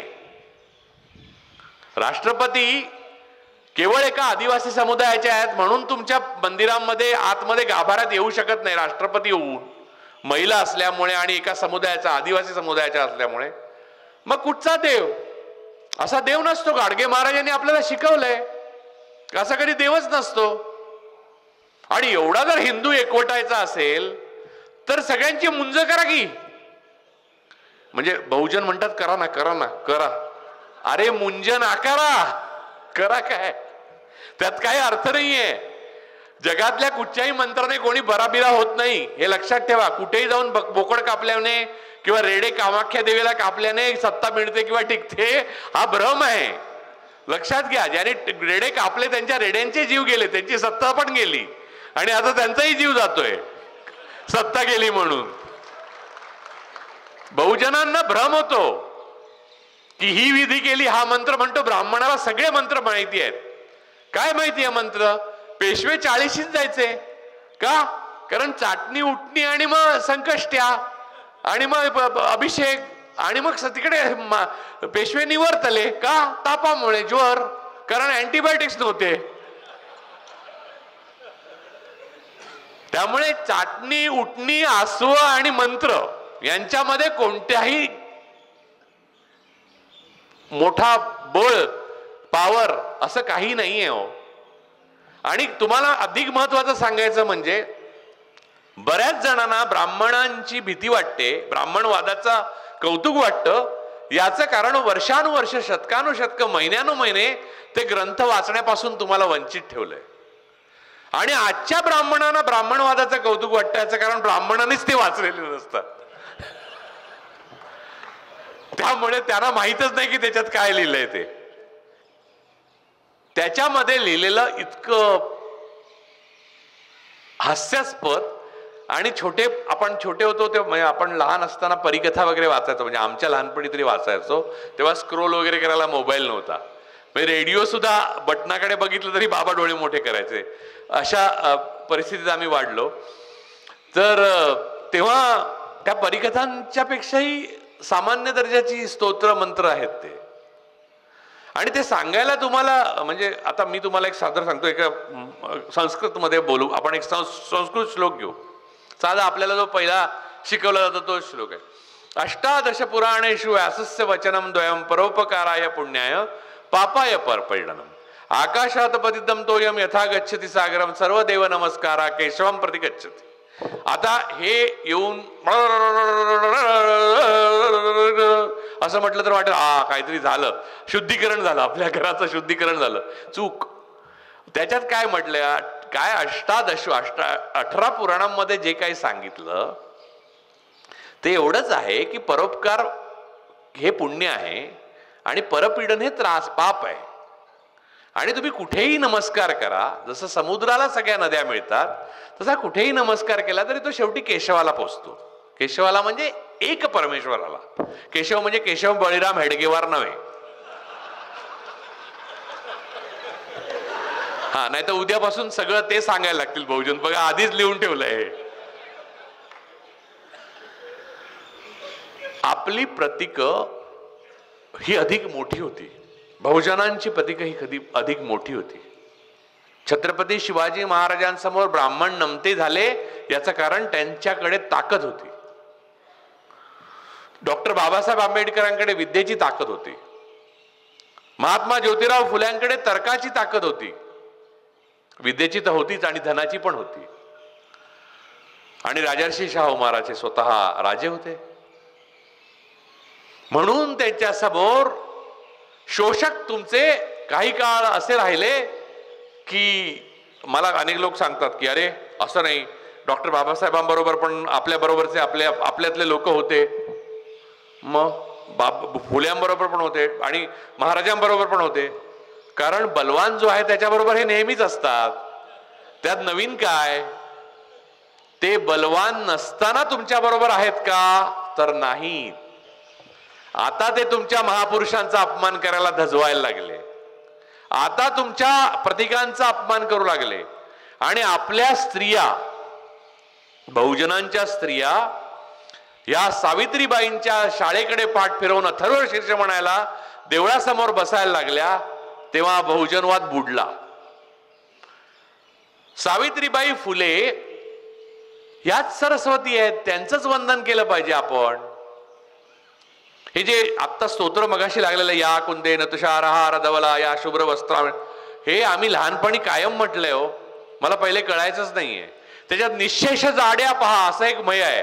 त्यामुळे आमच्या वर्गात शिरट्टी नावाचा एक जाड्या मुलगा होता, त्याच्याकडे सगळे बघायचे. इतकीच समज होती आम्हाला आणि आजही तेवढीच समज आहे लोकांना. खरं विद्येचा स्रोत बहुजनांसाठी खुला केला तो ज्योतिराव फुले आणि सावित्रीबाई फुले, फातिमा शेखांनी. हजारो वर्षांनी सरस्वतीने कधी तो खुला केलेला नाही. बरं, पुराणा आता काही लोक निषेध म्हणून उठून जातात वाटतं. असो, तर कोणाला राग आला तर हात वर करा, मग मी बसतो. कारण एका माणसाला जरी राग आला तरी मला असं वाटेल की मी तर्कामध्ये किंवा अभ्यासामध्ये कमी पडलो. मला राग यायला हरकत नाहीये. मला तुम्ही तर्क द्या त्याचा. मला सांगा की हे तुम्ही सगळं बोलताय ते अत्यंत खोटं आहे आणि ह्याच्याला कोणताही पुरावा तुमच्याकडे नाहीये आणि ते असत्यावर आधारलेलं आहे आणि याचा पायाच खोटा आहे, कच्चा आहे. नाही, या उलट मी ब्राह्मणवादाला आव्हान देतो. पाया खोटा आहे. त्यांना तुमच्यामध्ये द्वेष आणि परधर्माबद्दल नफरत पसरवल्याशिवाय तुमच्यावर राज्यच करता येत नाही.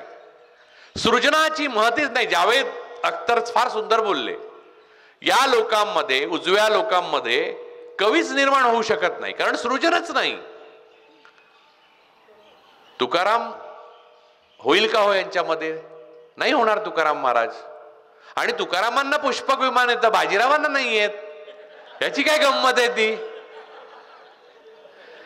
बहुजनांना असं चढवून मारलंय ना, तरी सुद्धा त्यांना शिक्षण एवढं लोकांनी, म्हणजे हे एवढी मोठी संस्था उभी राहिली ती यासाठी की स्त्री पुरुष समानता, मूल्यव्यवस्था, सायंटिफिक टेम्परामेंट, आधुनिकता या सगळ्या गोष्टी शिकाव्या. आणि ईश्वर आहे की नाही हा आपला प्रश्न नाही बाबा. असेल तर तो असेल, मग आपण आपलं सगळं हे ईश्वरामुळे चाललंय, ठीक आहे ना. मग तो सर्वत्र असेल आणि नसेल तर तो कुठेच नसेल. हेच तर बुद्ध म्हणाले. बुद्ध म्हणाले अस्तित्वगत प्रश्नच नाही ईश्वर आहे की नाही. अस्तित्वगत प्रश्न म्हणजे काय? तुमच्या जन्माबरोबर येतो. तुम्हाला एखाद्या रूममध्ये बंदिस्त करून ठेवलं तर तुम्हाला कळेल का की गुरुवारी लक्ष्मी व्रत करतात, वाचतात म्हणून? नाही कळणार ना. एवढंच कशाला, तिकडे सौदी अरेबियात ठेवलं तरी कळणार नाही की गुरुवारी लक्ष्मी त्यांच्याकडे येते जे लक्ष्मीचं व्रत करतात त्या बायका. बहुसंख्य बहुजन घरामध्ये मी बघतो की लक्ष्मी व्रत. त्या दिवशी तर एक माझ्या मैत्रीण आहे, ती फिलॉसॉफीमध्ये तिने PhD केलंय. शुक्रवारी आली आणि म्हणली मी आज नॉनव्हेज खात नाही. मी म्हटलं का बरं? तर माझ्या मुलीला मी म्हटलं, माझ्या बायकोला म्हटलं की अरे नॉनव्हेज का खात नाही? तर माझी मुलगी मला येऊन सांगते, ती म्हणते संतोषी मातेचं व्रत आहे तिचं म्हणून. अरे मी म्हटलं संतोषी माता ही खूप लेटेस्ट आहे म्हटलं, 1975 बर्थ. कारण संतोषी माता नावाचं कोणती देवीच नाही आहे अख्ख्या पुराणांमध्ये सुद्धा. अर्थात प्रत्येक देवतांच्या जन्माचा एक काळ आहे आणि तो मी सांगू शकतो. म्हणजे तो बायोलॉजिकल नाही आहे. देव हे नॉन बायोलॉजिकल आहे. आपल्याकडे सगळे ज्याला नमो नमो करतो ते सगळे नॉन बायोलॉजिकल आहेत, लक्षात ठेवा.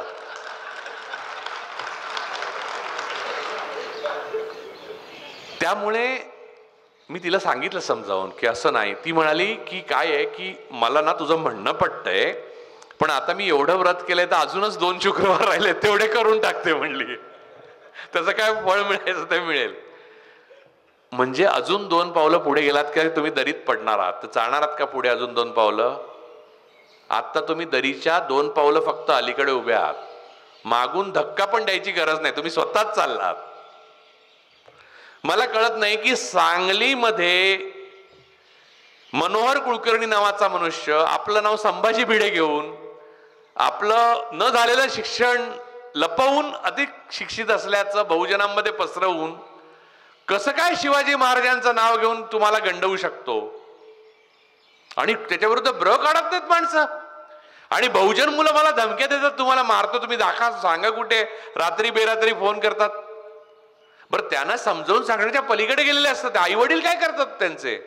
त्यांनी त्यांच्या आई वडिलांनी हे शिकवलं नाही त्यांना.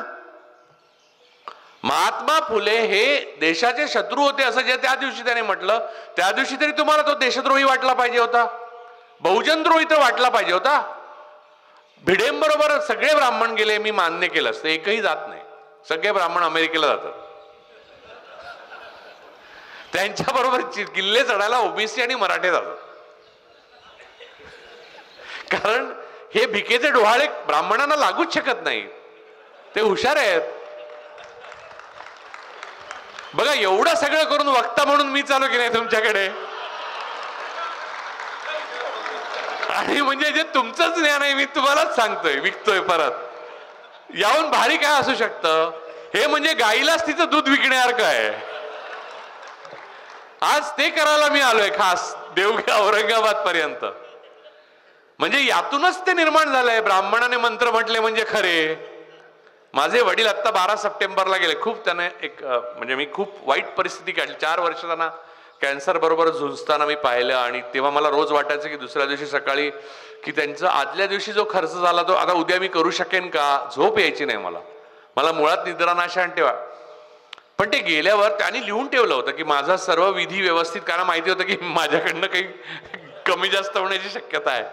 त्यांनी नीट लिहून ठेवलेलं. त्यांची एवढीच इच्छा होती की त्यांचे विधी व्यवस्थित व्हावे आणि काय ते सगळं काही धर्माप्रमाणे व्हावं, ब्राह्मण धर्माप्रमाणे.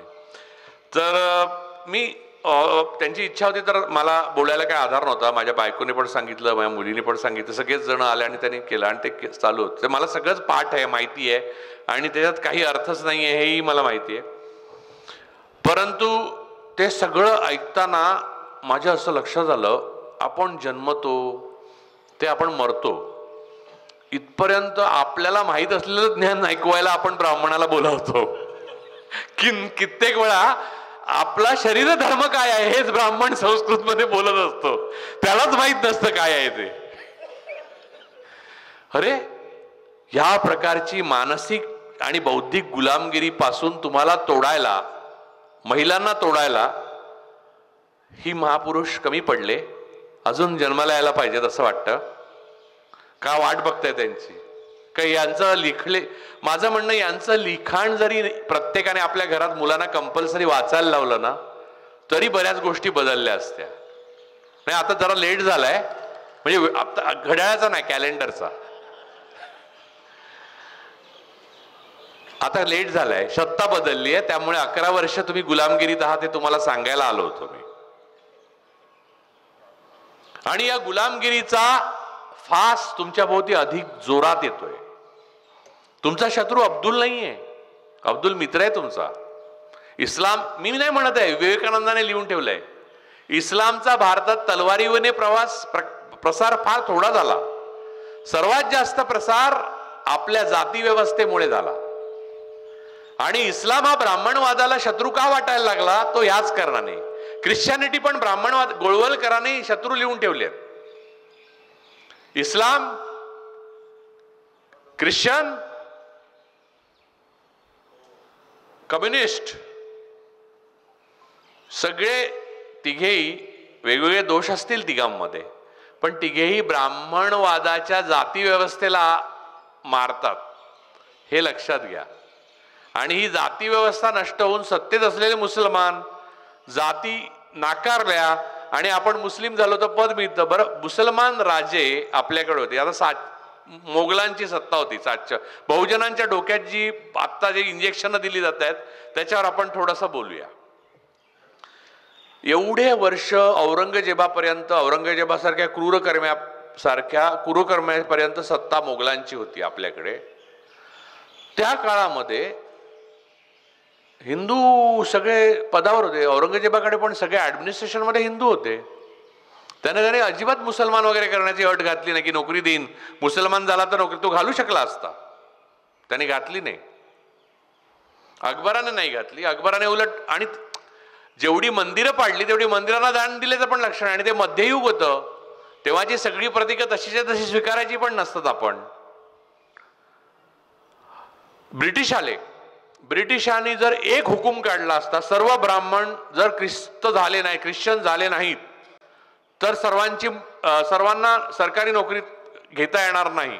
दुसऱ्या दिवशी भारत ख्रिश्चन झाला असता. लिहून देतो, कारण ब्रिटिशाले पहिले ब्राह्मणच इंग्रजी शिकले आणि वाघिणीचं दूध म्हणायला लागले. ह्याही पुढे जाऊन सांगतो, जेव्हा हिटलर जिंकतोय असं वाटायला लागलं तर पुण्यात जर्मनचे क्लास निघाले. ते पुण्यात जर्मन भाषेचे क्लासेस जे आहेत त्याची परंपरा 42 पासून आहे. तसं काही केलं नाही ब्रिटिशांनी पण. त्यामुळे ना तुमचा अब्दुल ना स्टीफन दोघेही तुमचे दुश्मन नाही आहेत. तुमचे दुश्मन तुम्ही आहात. तुमच्या बहुजन असण्याचं महत्व तुम्हाला कळलं नाही, तुमच्या माणूस असण्याचं महत्व तुम्हाला कळलं नाही, तुमच्या अंगीच्या सामर्थ्याची तुम्हाला कल्पना आली नाही. जे सामर्थ्य छत्रपती शिवाजी महाराज, शाहू महाराज, महात्मा फुले, गाडगे महाराज अशा लोकांनी तुम्हाला दाखवून दिलं पुन्हा पुन्हा की मी या कुळात जन्माला आलो आणि मी मोठा झालो. ते दाबण्याकरता महाराजांना देव बनवण्यात आलं. त्यांना भवानी माता तलवार देते असं दाखवतात. म्हणजे दाखवायला की नाही हे कुळवाडी नव्हते, हे शूद्र नव्हते, पण त्यांना तलवार भवानी मातेने दिली ना, त्यामुळे हा पराक्रम. तेच रामदासांचा मंत्र हे सावरकरांनी लिहून ठेवलंय. त्यांची आरती, महापुरुषांची आरती नसते करायची, महापुरुषांचं वाचन करायचं असतं. आणि वाचन आता ते गावोगावी शिववाख्याते झालेत ना, त्यांना पहिले आवरा. ते पूर्वीच्या कीर्तनकारांपेक्षा वाईट आहेत.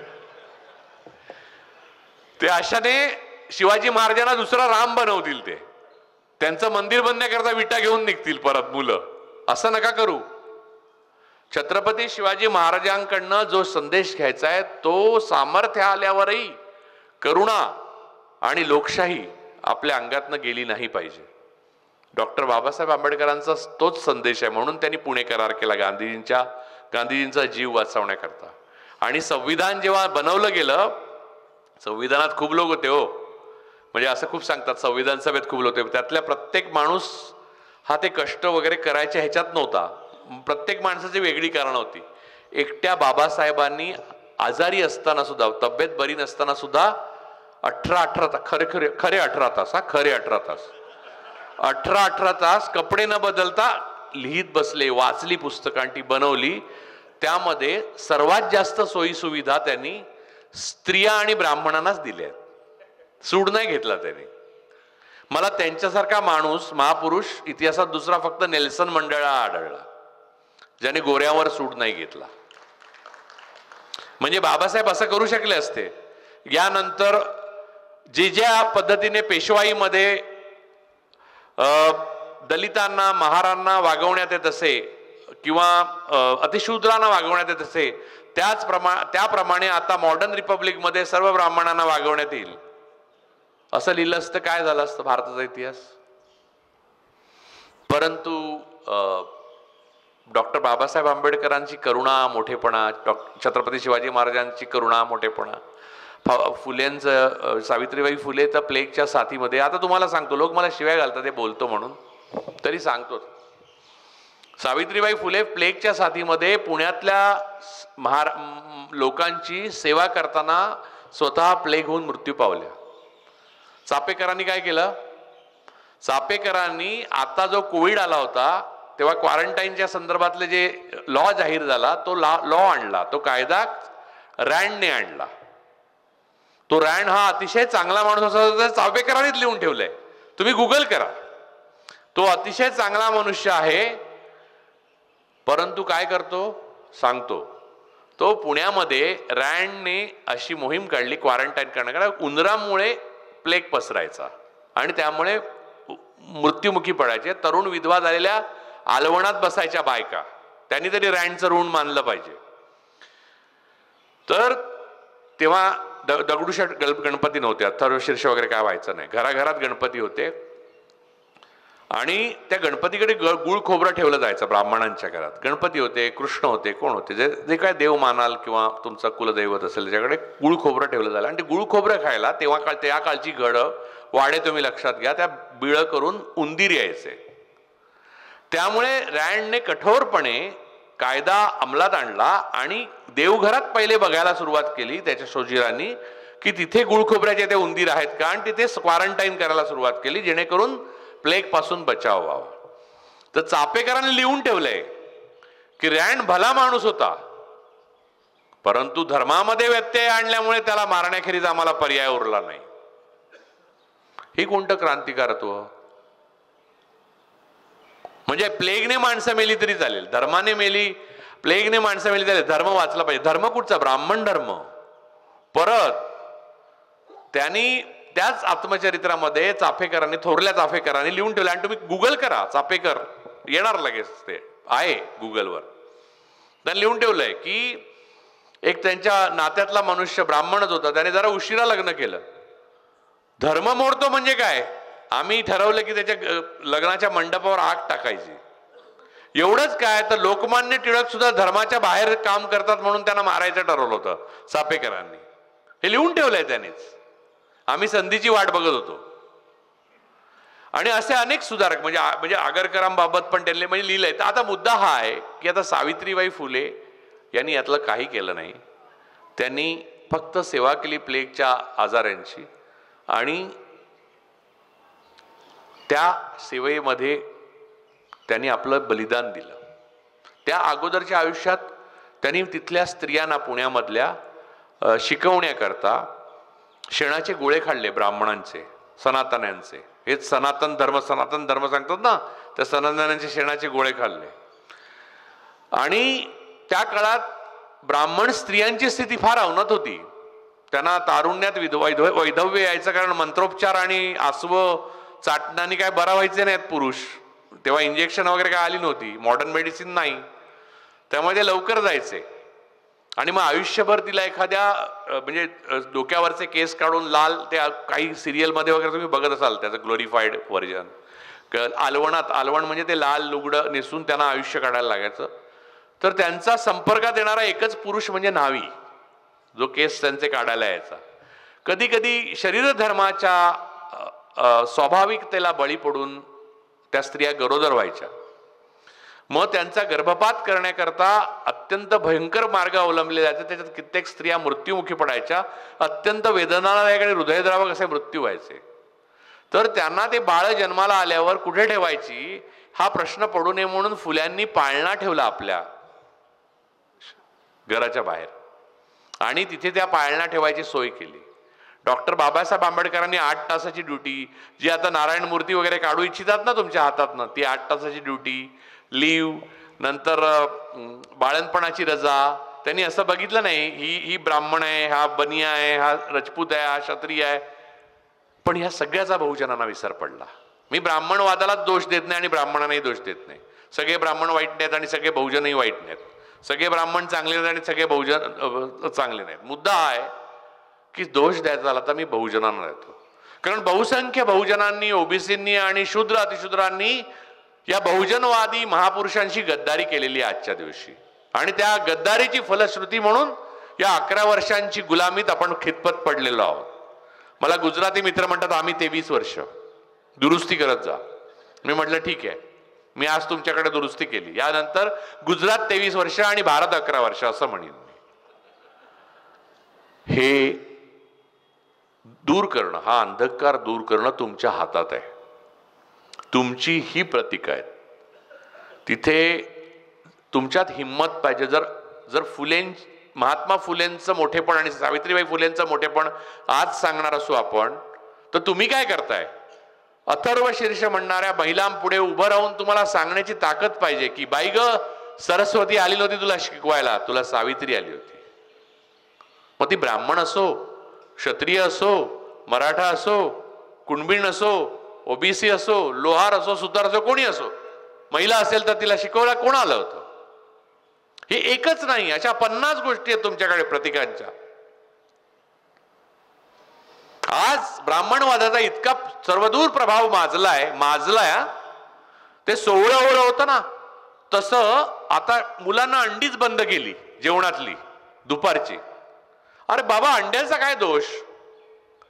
अंड्याचा हा दोष की ते नॉनव्हेज आहे असं ब्राह्मण म्हणतात. म्हणजे दुसरे बाजीराव ज्यांनी पेशवाई बुडवली, म्हणजे एका अर्थाने बरेच होते ते, पण त्यांच्यावर दग गोडसे नावाच्या एका महान नेपथ्यकार होते, महाराष्ट्रात होऊन गेले.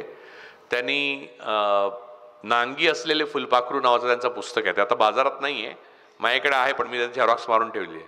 त्याच्यामध्ये दुसऱ्या बाजीरावावर एक सुंदर लेख आहे. म्हणजे तुम्हाला ब्राह्मणवादाचा हे मिळेल, काय म्हणतो, सहत असा एक हे मिळेल, डोस मिळेल त्याच्यातनं. त्याचं नाव आहे, त्या लेखाचं नाव आहे ब्रह्मावर्ताचा पेन्शनर. तर असो, तर ते 16 अंगाला स्पर्श नाही करायचं. त्याची सुरुवात ही अंड्यापासून झाली. आणि अंडी नसण्यामुळे मुलांचं काय होणार सांगतो.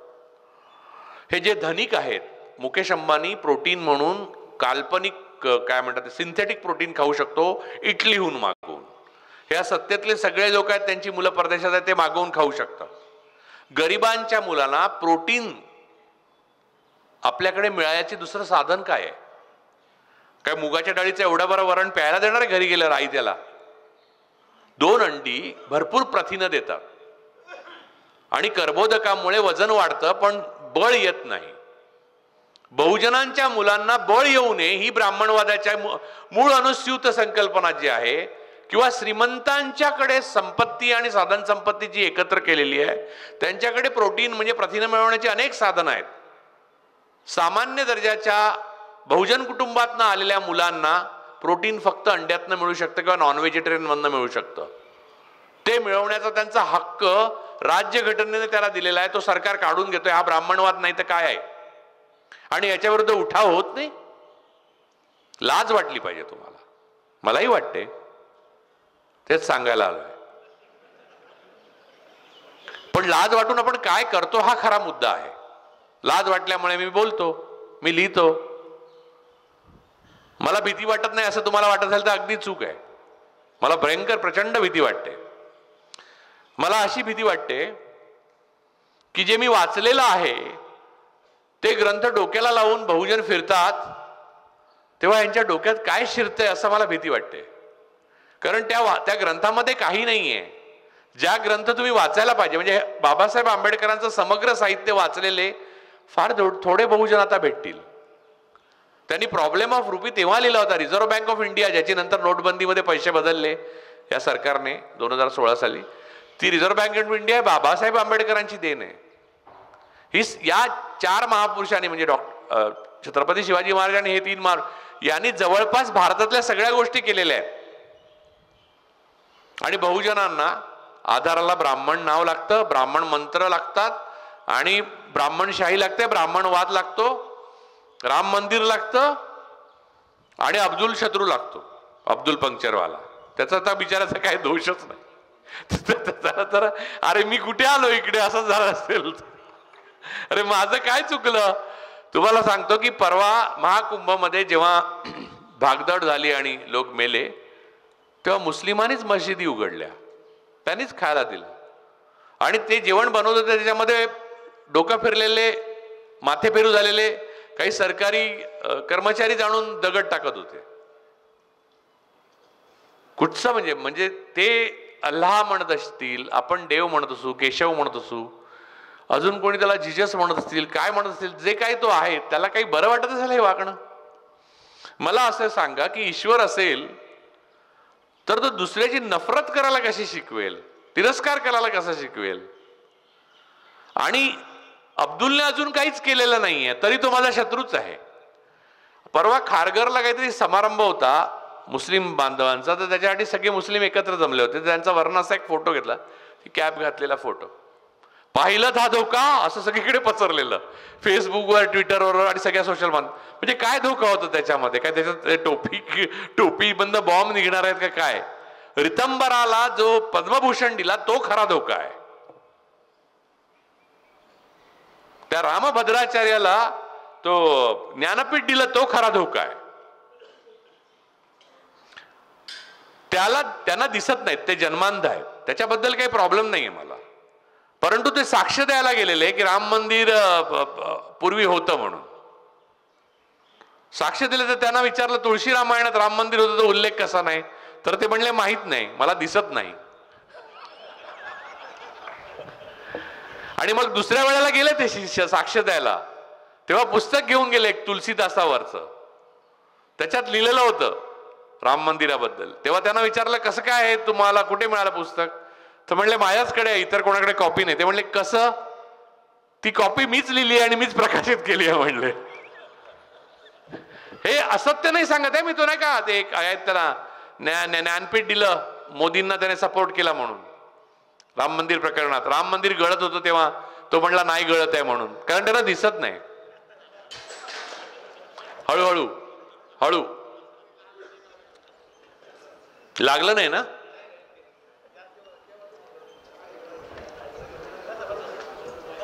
सांगितलं होतं मी मोहिते सरांना की अरेंजमेंट अशी करा की कोणालाही आपली खुर्ची खाली जाऊ शकेल याची भीती वाटत राहील, म्हणजे ऐकून तरी घेतील. म्हटलं एकदा दामटवून ऐकवलं की मी जायला मोकळा झालो, मग काय, मग माझ्या हातात काय नाही. कारण पुन्हा लोक जाऊन भिडे गुरुजी आणि घरी जाऊन देवाच्या पाया पडा देव आणि असे कानबिन धरा की मी परुळेकरांचं ऐकून आलो, माफ कर देवा, काय चूक झाली असेल तर माफ कर. आणि अगदीच जमत नसेल तर जा आला आपल्या नाशिकला त्र्यंबकेश्वरला नारायण नागबळी करा, लगेच व्यवस्थित होईल सगळं. काही नाही तर सत्यनारायणाची पूजा असतं घाला, त्यातला शिरा मला आवडतो. बहुजनांना हे सगळं करायला कोण भाग पडत आहे का ते स्वतःच करतायत. बहुजनांमधले जे सरंजामदार आहेत ते त्यांची संपत्ती आणि अय्याशी आणि कायद्यामध्ये नोंद नसलेली लग्न वाचवण्याकरता हे सगळं करतायत. पण गरीब बहुजन कशासाठी करतोय, त्याला गमावण्यासारखं काय आहे त्याच्याकडे, ह्याचं मला अजूनही उत्तर मिळालेलं नाहीये. मी देवगिरी कॉलेजला इथे आलो, बराच वेळ बोललो मला वाटतं मी. आता कॅलेंडर हळूहळू काढतायत वाटतं महाजन सर बाहेर खिशातनं, ते बघ दाखवतायत ते सरांना कॅलेंडर.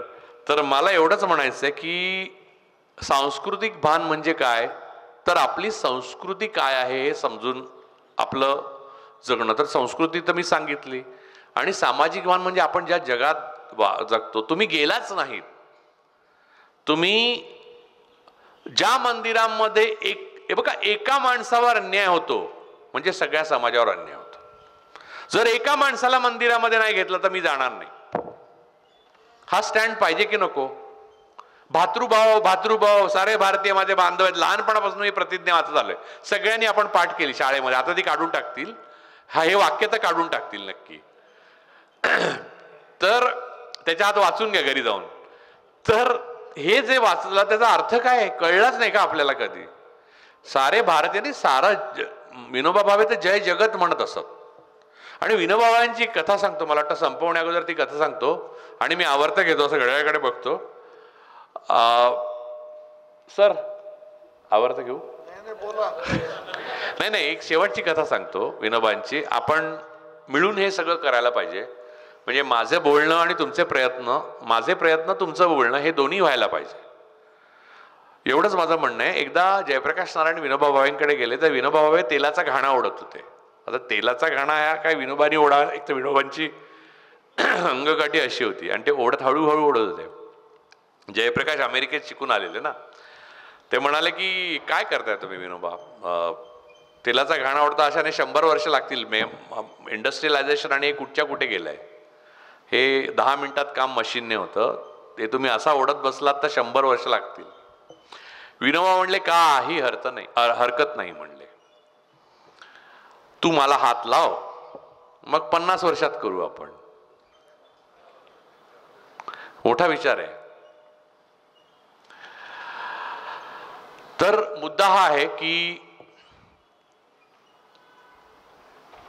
माझं तुमचं एक नातं आहे आणि ते माणूस म्हणून आहे आणि ते माणूस म्हणूनच राहू दे.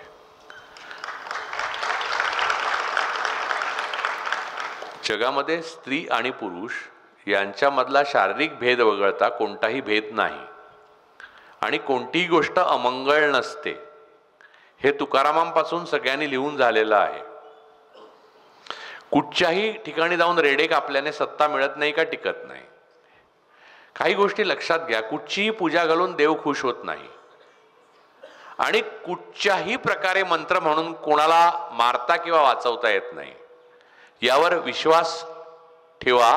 याचं कारण या सगळ्या गोष्टी या 4 माणसांनी किमान, म्हणजे अजून खूप माणसं आहेत, म्हणजे मी नावच सांगेन अशी, आयुष्यात अनुभवून पाहिलेल्या आहेत. अनुकरणाने, अभिजनांच्या अंध अनुकरणाने आणि राजकीय प्रचाराला बळी पडून आणि आपली संपत्ती आणि आपलं छोटंसं जग वाचवण्याकरता आपला इतिहास, आपलं वर्तमान आणि आपलं भविष्य खलनायकांच्या हातात देतो आहे. हे भयानक आहे. आपण नाही म्हणायला शिकलं पाहिजे. आणि नाही म्हणायला जर आपण शिकलो नाही तर आपली गावकुसा बाहेर जाण्याची वेळ लवकरच आलेली आहे. लक्षात घ्या, आत्ता जे बहुजनांना महत्त्व मिळतंय, जे काही सत्तेत असो किंवा सामाजिक असो किंवा राजकीय असो किंवा कसंही, ते कोणताही शोषक अल्पसंख्याक असतो तेव्हा शोषितांनाच शोषक म्हणून काही काळ वापरून घेतो आणि ते शोषणाची प्रक्रिया पूर्ण झाल्यावर मग तो शोषितांना शोषित म्हणूनच वागणूक देतो.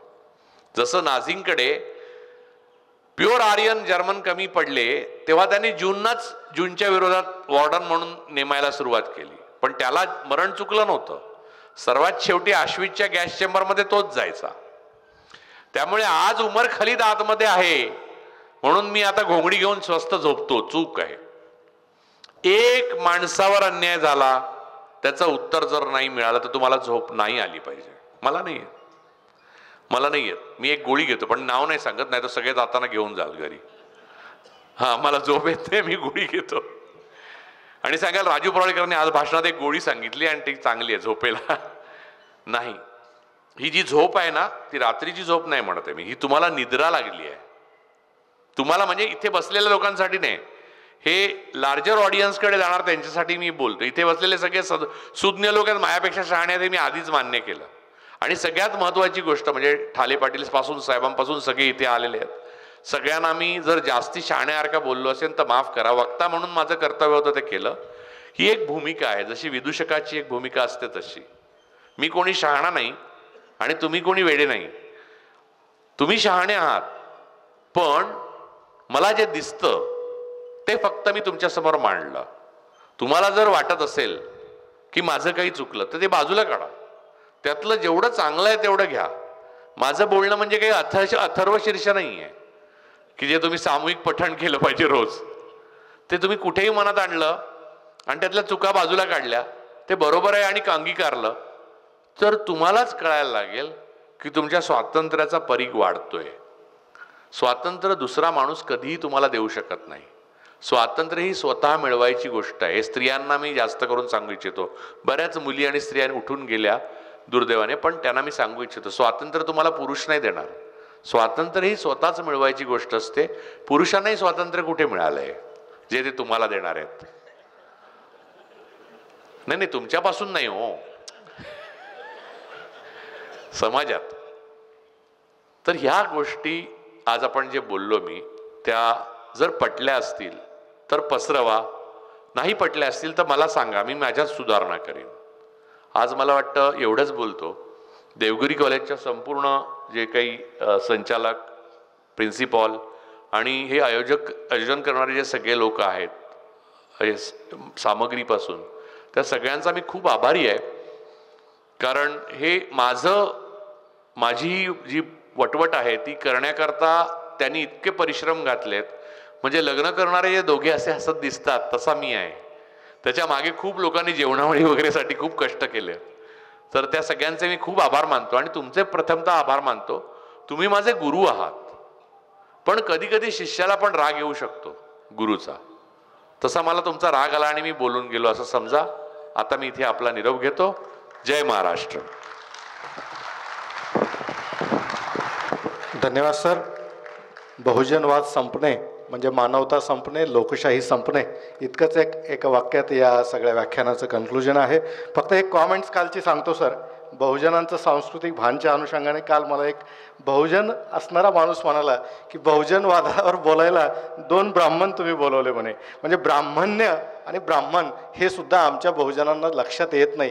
हा सगळा या समोरच्या पिढीचा धोका आहे. धन्यवाद. आजच्या कार्यक्रमाच्या निमित्तानं आपण या ठिकाणी आलात, सविस्तर मार्गदर्शन केलं. मी आपले महाविद्यालयाच्या वतीने मनपूर्वक आभार मानतो. या व्याख्यानासाठी अध्यक्ष म्हणून जयंत महाजन साहेब या ठिकाणी आले, त्यांचेही या ठिकाणी आभार मानतो. आदरणीय हर्ष अण्णा या ठिकाणी आम्हा सर्वांसाठी बसून राहिले, उपस्थित राहिले, त्यांचे आभार मानतो. महाविद्यालयाचे प्राचार्य डॉक्टर तेजनकर सर यांचे आभार मानतो. सर्व मान्यवरांचे आता मी या ठिकाणी नामोल्लेख करत नाही, सर्वांचे आभार मानतो. आणि उद्या महाराष्ट्राचा बेरोजगारनामा या विषयाच्या अनुषंगाने प्राध्यापक नीरज हातेकर सर दुसरा पुष्प गुंफताना आपण सर्वांनी या ठिकाणी उपस्थित राहावं अशी मी एक विनंती संयोजक या नात्याने आपल्याला करतो आणि अध्यक्षांच्या परवानगीने हा कार्यक्रम संपला जाहीर करतो. धन्यवाद.